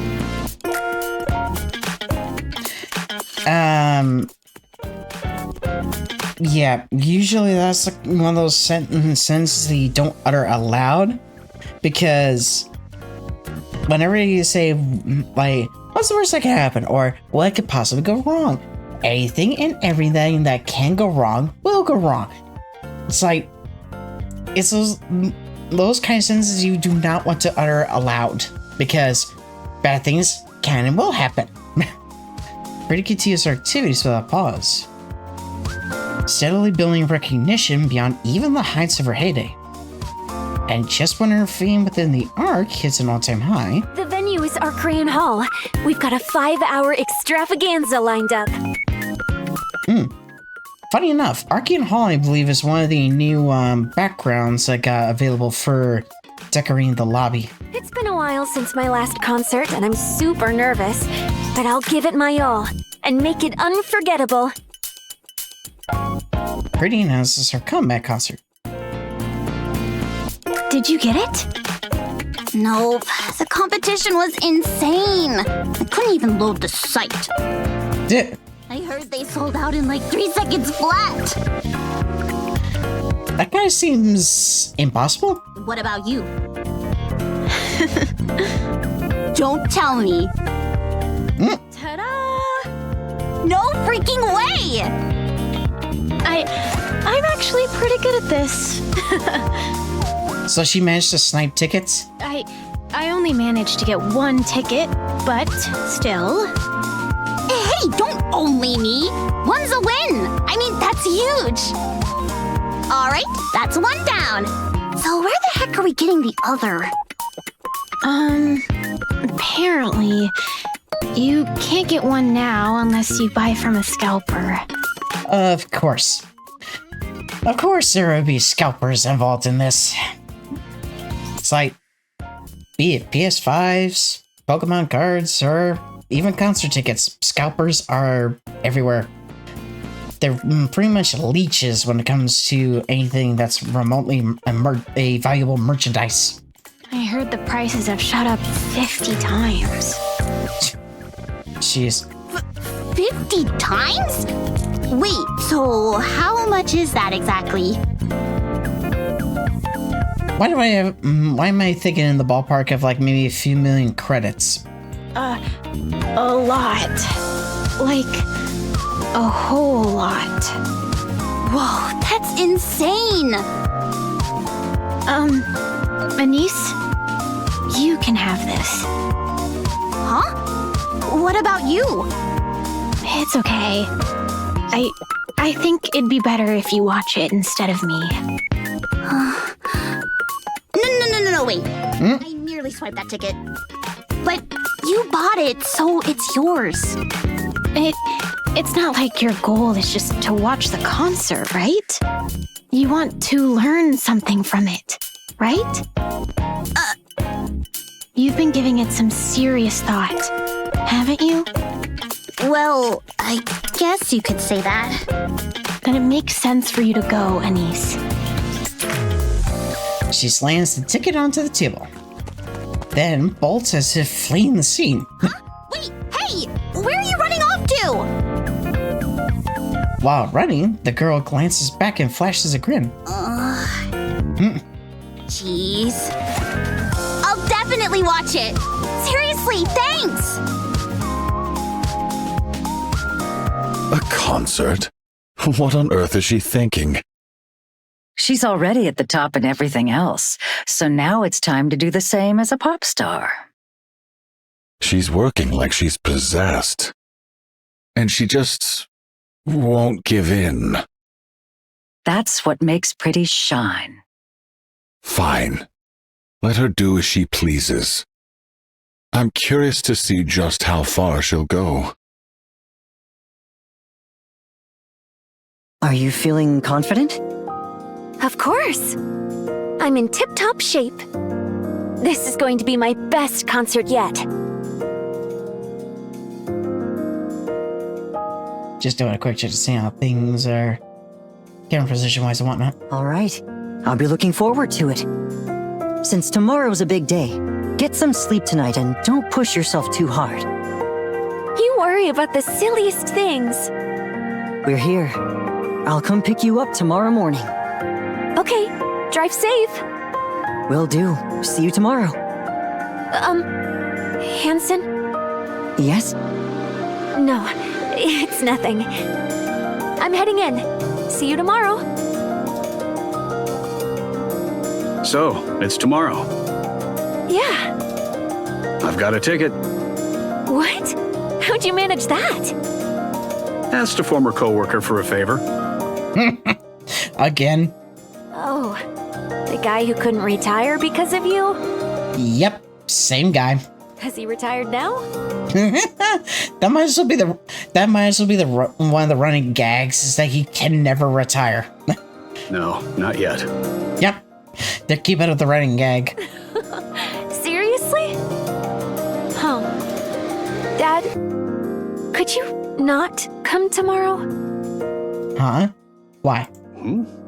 That seems like an odd request. I'd probably get way too nervous if you were there.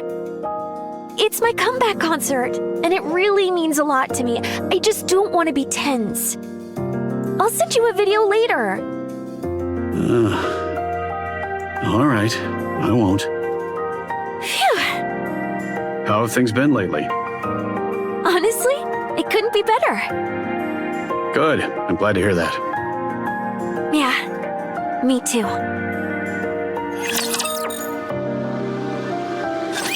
Oh, that was easy. Okay, there should be 2 left. Yep, stage 14 and 15.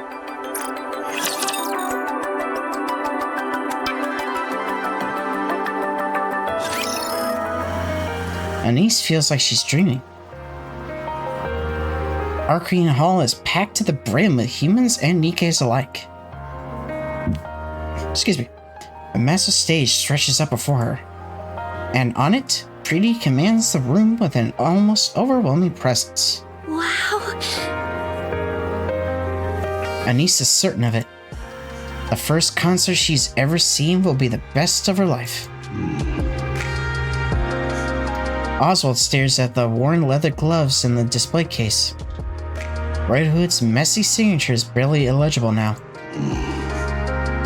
Could this be another connection forged by Red Hood? I owe her, in more ways than one.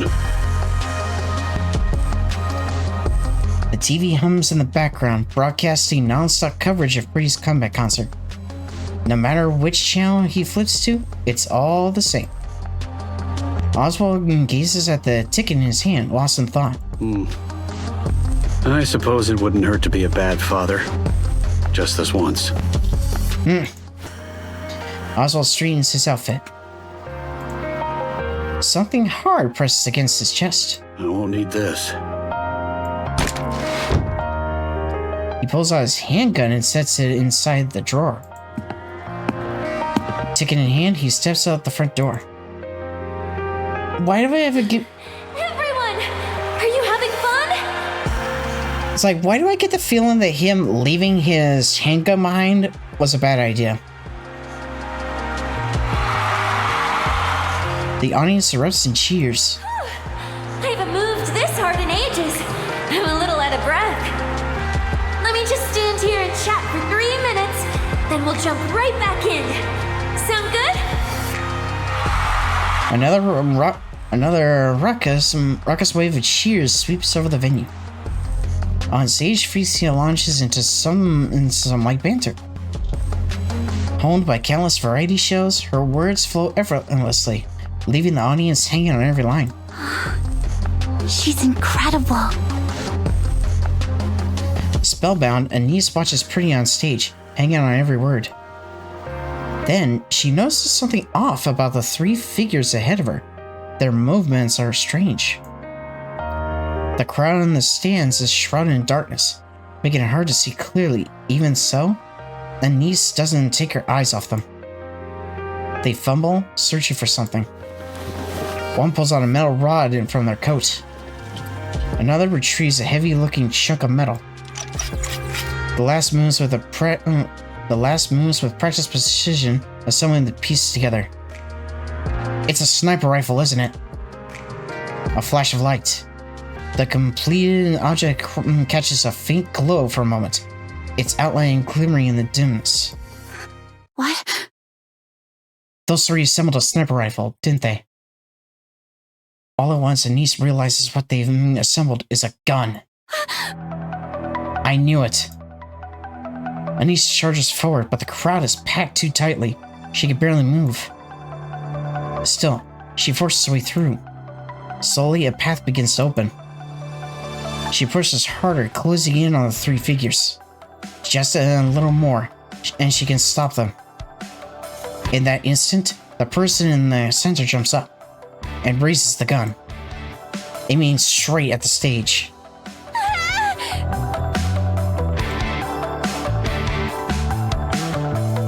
A chill runs down Oswald's spine. A sound you'd never expect to hear at a concert reaches his ears. It was the sharp clicks and clanks of a gun being assembled. Oswald lunges toward it, heart hammering. Up ahead, he spots the 3 acting suspiciously. His hand slips into his jacket. Yep. Oh, he shouldn't have left his handgun behind. He shouldn't have left it behind. It's empty. He left it at home. Without thinking, he tears forward, In that instant, the person in the center jumps up and raises the gun, aiming straight at the stage. All right, everyone. Next time you see Nikke, make sure you greet her with a smile, okay? They're the Goddesses of Victory, who put their lives on the line for us. The crowd explodes into cheers. At the same time, someone vaults onto a folding chair. Krita catches sight of a dark circle aimed at her. A gun barrel. Then a flash erupts from its mouth. You can't be serious. Oh, but I am. No matter how I look at it, this is the only way. No hero lasts forever. Every star falls. Every symbol breaks. Time, people, the world itself, none of them will just leave you be. But there's one way to change that. One way to remain a symbol who never falls from grace. Who never breaks. Oh no. She planned this, didn't she? She planned this. Absolutely not. You think I'd entertain that for a second? Come on, Mrs. Miss. You know exactly what I mean. I'm going to give it everything I've got. Harder than ever before. I'll push myself so far that even at my peak, no one could compare. I'll become a superstar no one can even touch. But I'll need your help, more than ever.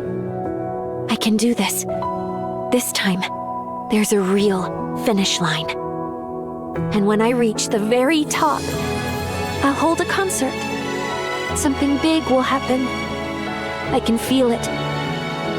And on that day, in that place, I'll shine forever. Why are you telling me this?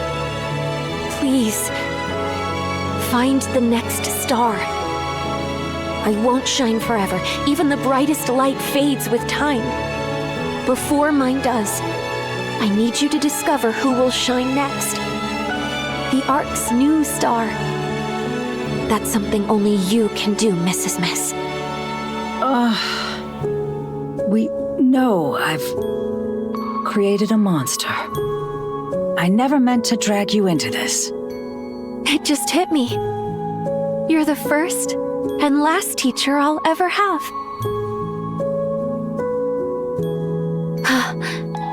A bullet. Oh, there it is.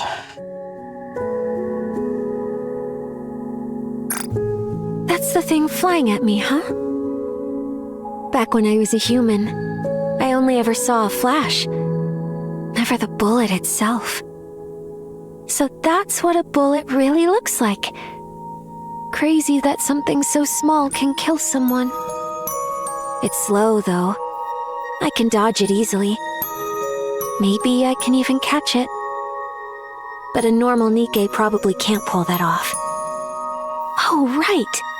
Dad mentioned something about Lillyweiss in the hallway the other day. Maybe I really do have a knack for combat.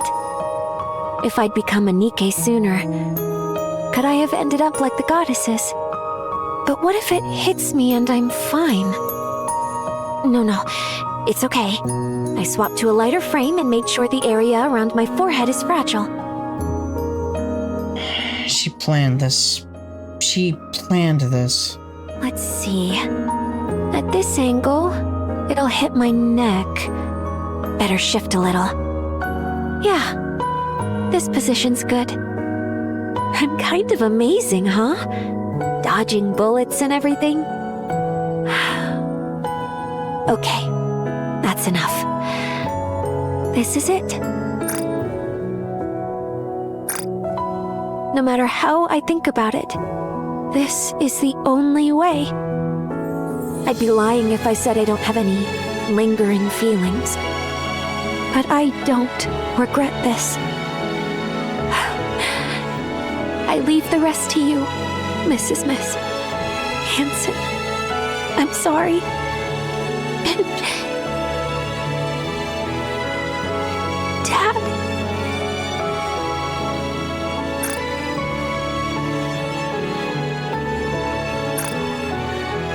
love you. Thank you for being my dad. I was really, truly happy. Goodbye.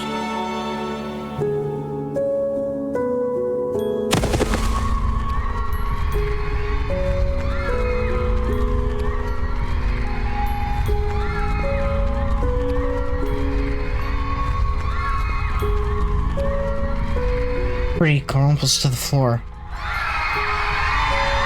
Of course, her shrieks ricochets off the walls. People shove and scramble for the exits as the venue spirals into chaos. Meanwhile, Anise charges the Nikkephobes and grabs one around the waist.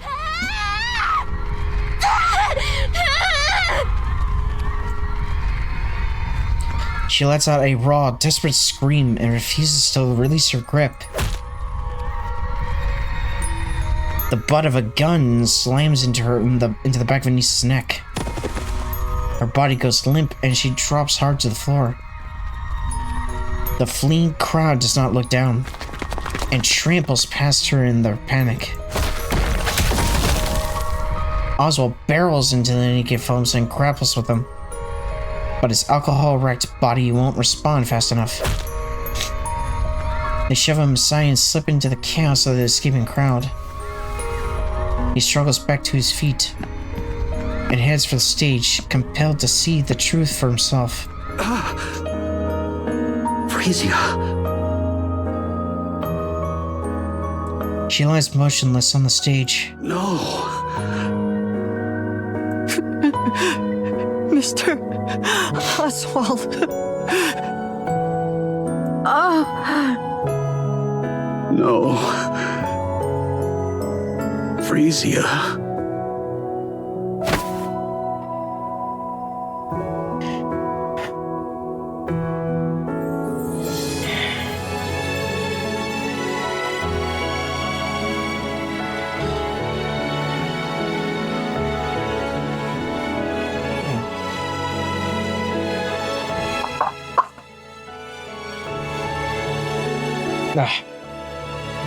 Oswald pulls Frisia into his arms.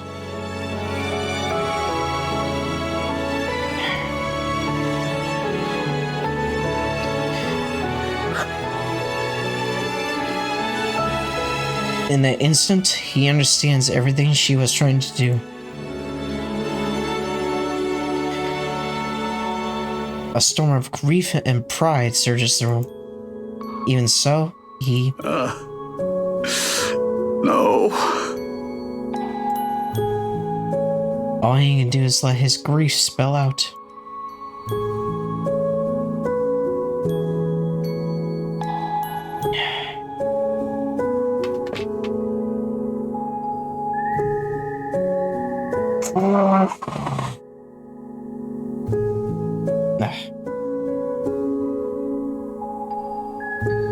It's like the scenery and the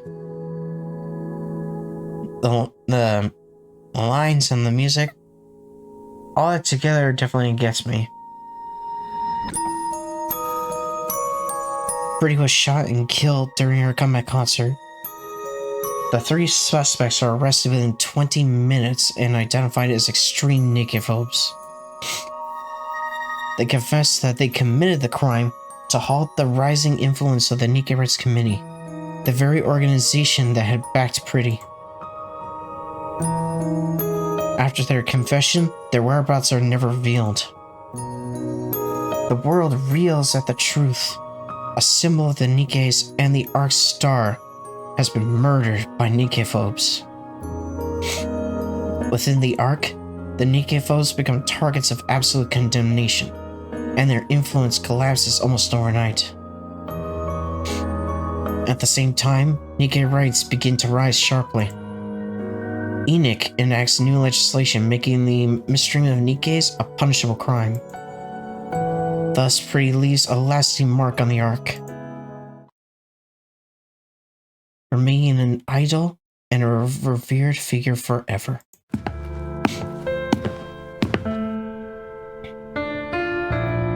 Hanson walks through the streets. Up ahead, a citizen presses an empty can into the hand of a Nikke walking down the street. The last of its contents already drained. All of a sudden, someone steps in and knocks the can away. Hansen keeps moving. The Nikke stationed at the public facility stand guard, their uniforms disheveled and their bodies worn and battered. A group of students lingers nearby, snickering as they hurl scraps of food at them for sport. The Nikkes don't react. They don't even flinch. Moments later, the students are detained by the ACPU. Hansen continues down the street. In a dark corner of the park, a mass-produced Nikke is getting pummeled, her body swaying with each hit. It isn't supposed to hurt. The attackers wield nothing but cheap plastic rods in their own hands, hardly enough to cause real damage. But that Nikke's face twists in pain. Citizens step forward, confronting the attackers. Meanwhile, someone supports the Nikke, offering words of comfort. Hansen keeps walking down the street. He passes a shop where a Nikke stands awkwardly at the entrance. The owner refuses to sell to her. She fidgets in place, unsure whether to plead or leave. In the shop next door, the owner beckons her over. He passes her the goods and holds both her hands gently but firmly. Hansen keeps walking. A little further on, a drunken man uses a Nikke as a target for his sort of abuse. Someone steps in to fight on her behalf. Another is subjected to crude jeers and harassment. Someone steps forward to help report it. One stands rigid as someone spits in her face. Someone throws a punch in response. And then, a citizen breaks down in front of another Nikke and shouts, "It's because you lost that we end up like this." The Nikke lowers her head like a criminal awaiting judgment, simply enduring without protest. Hansen steps forward and yells at the screaming citizen. It's thanks to these Nikkes putting their lives on the line that we're all alive today. Hansen finds a quiet spot in the far corner of the park and sits down. His tears fall.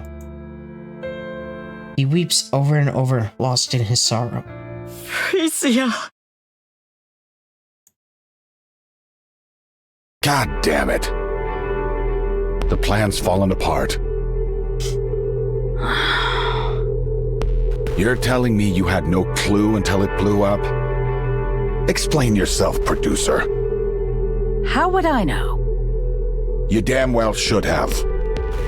Do you have any idea how much money I poured into this? And my position, my damn position. What are you going to do about it? You really don't care about anyone but yourself. Correct. Spare me the lecture and tell me what you're going to do about this. I'm done. I can't do this anymore. What? You heard me. I quit. Do you even know what you're saying? Did I stutter? And what? You got some other way to make a living? I've got plenty of money, though it's money I earned while you treated me like dirt. I will find them, mark my words. Find who? And there's nothing you can do to stop me. Live long, you miserable piece of trash. Thank you. Yeah. I kind of taken a liking to Mrs. Smith. She, like me, is fed up with his bullshit. Ha! Go on, scram. I don't need anyone. Least of all you. Damn it. Can't they leave me alone for 5 seconds? Yes, it's me. I apologize for what happened with Pretty. There were complications. Sorry, what? Her body? Well, yes, it's still there. It's been delayed because of the funeral and all that. Why would you need it? No, I don't have a use for it, but... All right. I understand. I'll take care of it. If that's all you need, there's no reason for me to refuse. See you then. Yes. Thank you. Thanks, pretty. Even in death, you've got your uses. Now that's entertainment. God, this guy's a piece of shit. With a soft click, Oswald returns home and switches on the lights. He starts preparing a meal. 2 plates are set neatly on the table. After eating, Oswald settles onto the couch and plays Frisia's performance. He keeps watching until he drifts off to sleep. He wakes up to find it's his day off. The performance plays again. He remains absorbed, watching until sleep claims him once more. For Oswald, time has stopped.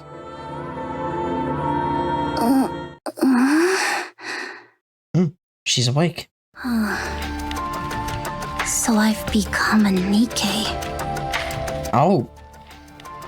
So she actually became a Nikke after that. So that hit to the back of the neck actually killed her. You're awake. I guess. Or either that or made it to where she couldn't move, I guess. Wait, you're Pretty's manager? I see you know who I am. Yeah, I've seen you on TV a few times. I see. How's Pretty doing?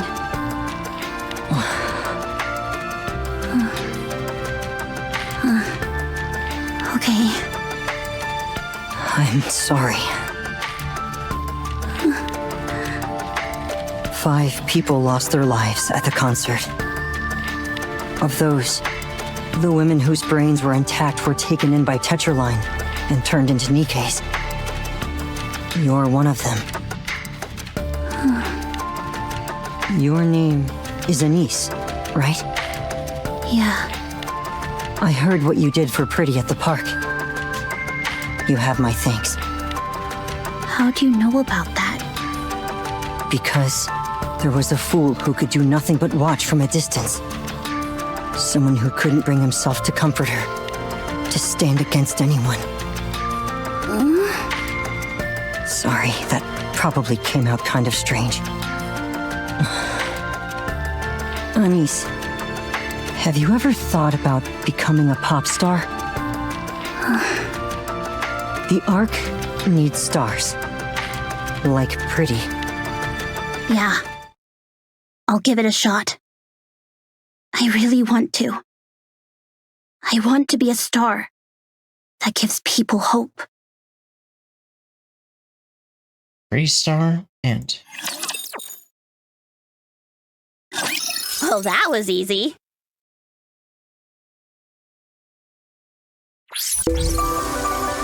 Oh, there's technically one more stage.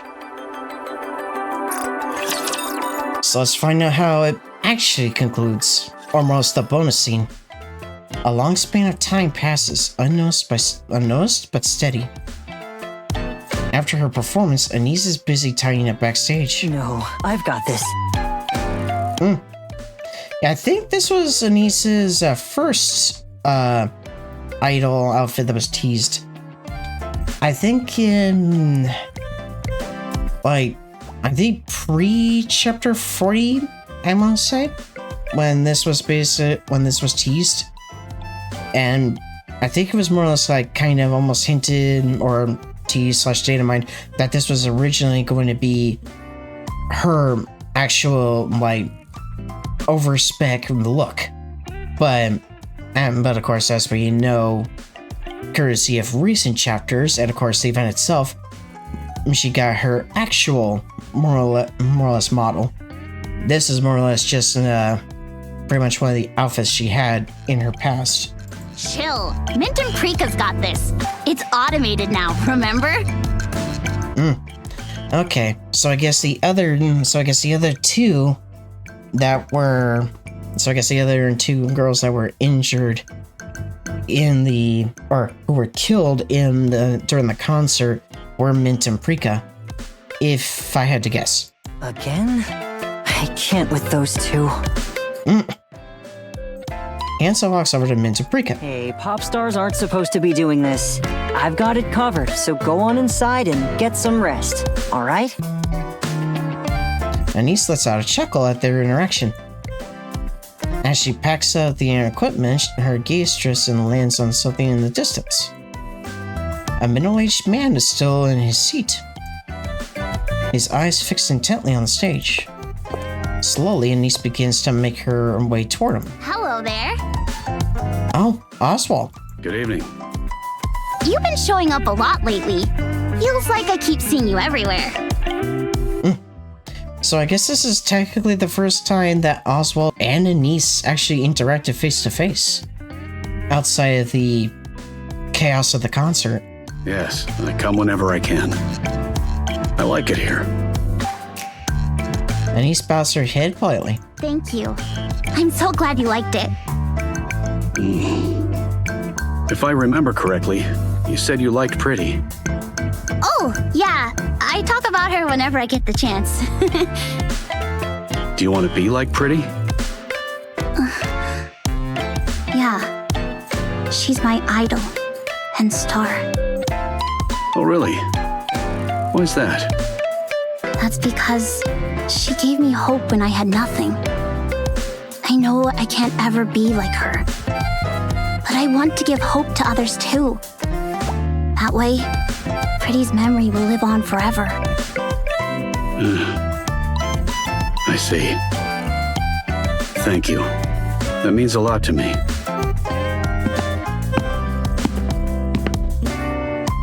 Anise getting me choked up again.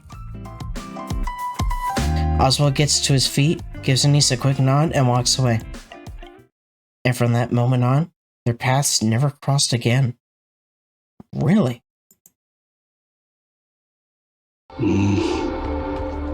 So, what happened? Hello? I have a favor to ask. I figured you'd be calling. What can I help you with? I'd like to leave a record. Of your daughter? No. Frisia will live on as a symbol. The world won't let her be forgotten. Then what kind of... Chief, the Goddess Squad's records have all been completely erased. Even leaving a single record now would be a serious crime. I have come to a firm belief. Those who have illuminated the world must not fade nor be forgotten. If the world rejects their existence, I will ensure they are preserved, even if it means leaving them in the farthest corners. When the world is finally filled with light again, I want that light to reach them as well. Please, help me. Got it. Looks like retirement's off the table. Again. Yeah. I'm sorry.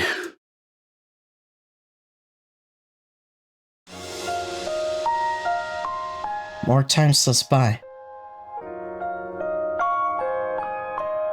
Unable to escape the march of time, Oswald's hair has turned completely white. He dots the final period on the last page. Closing the book, he sets a pair of worn leather gloves on top and shuts his eyes, leaving a record while evading the watchful eyes of the central government is no easy task. In the end though, he succeeds. Oswald feels the weight of exhaustion pressing down on him.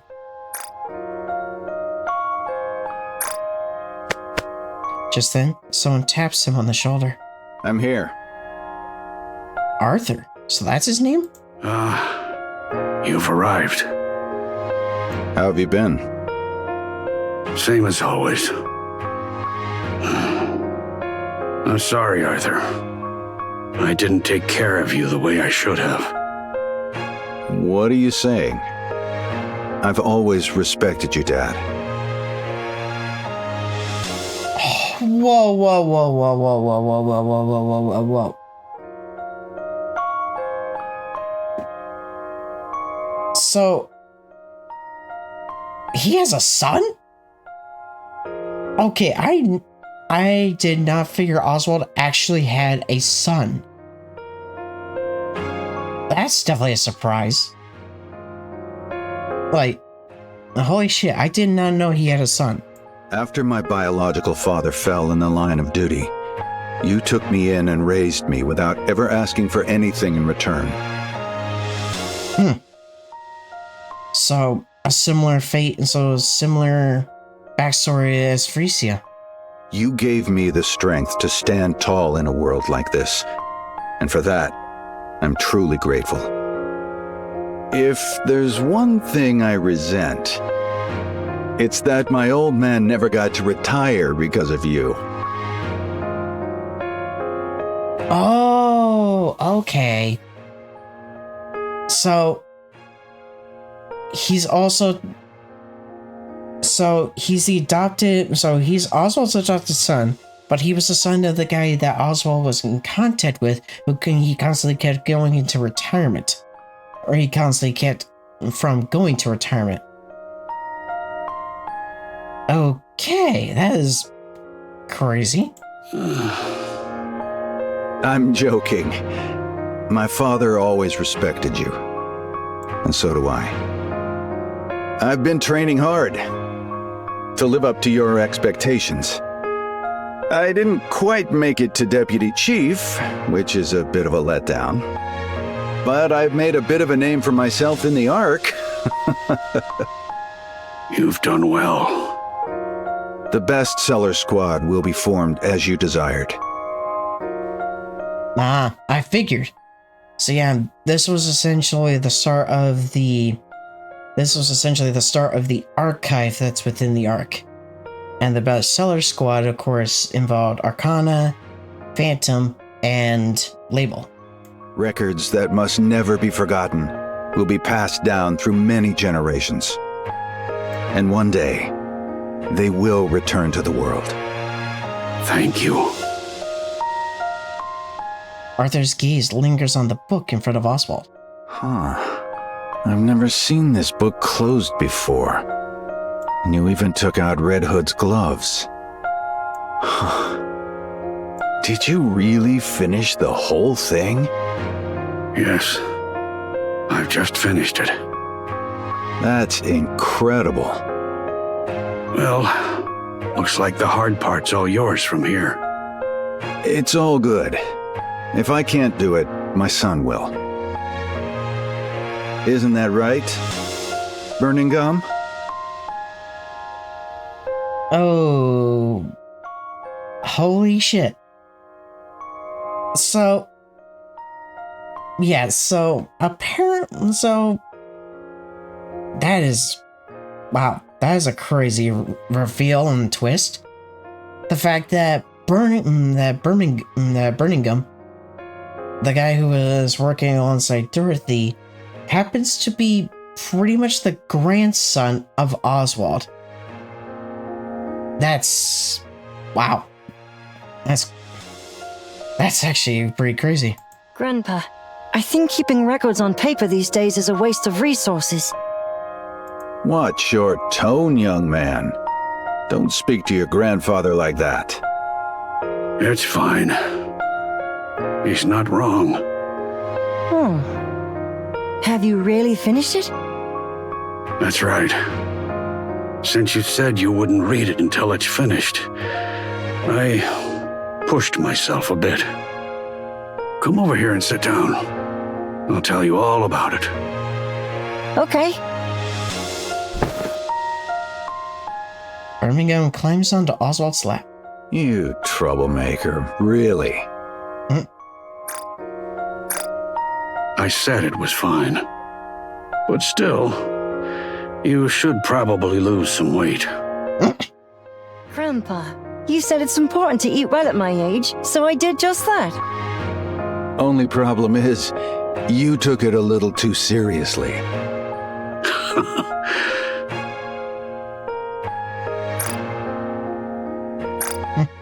Now then, where should I begin? Once upon a time, there were those who fought for humanity. They were called the Goddesses. Truly, they were beings worthy of being called the Goddesses of Victory. Well, that was easy. Yep. All the more reason why Oswald just pretty much cements himself as the GOAT when it comes to Nikke NPCs. It's like that person gives me even more respect for Oswald. I'm like, jeez. So yeah, so I can rewatch the cutscenes at any time as well, which is kind of nice.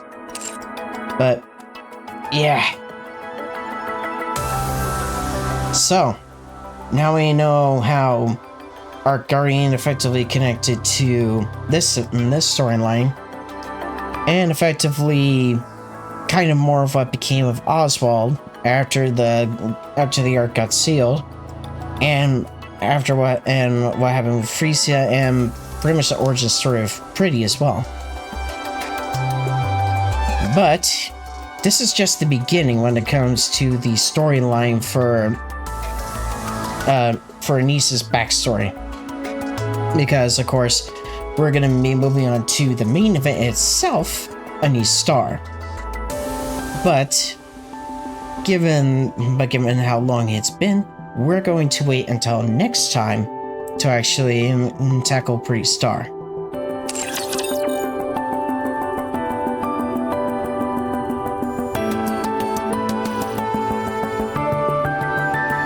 I will be the star of the Ark! And yeah. So, not gonna lie, that's definitely another story event that's emotionally destroyed me for sure. Like, that's definitely another one on the list that's brought me to tears. Tears that, of course, now you've actually seen on camera. Aside from, of course, me pretty much weeping off screen. But regardless, the next time we're gonna come back in the next video, and we're gonna actually see about doing the Star Niece story for once. And I'm going to more or less try to do it all in one sitting. So that's going to include Story 1, Story 2, Hard Mode, and of course getting all the collectibles and such therein. And then once the Star Niece story is done, and I probably get emotionally destroyed again. Afterwards, then we're pretty much going to cap off the anniversary with pulling for Neon Vision Eye, aka Overspec Neon, aka Neo Neon. And hopefully when it comes to that, hopefully luck will be on my side. So until then, I hope you all have a fantastic day. Take care, and I'll see you next time with Star Niece.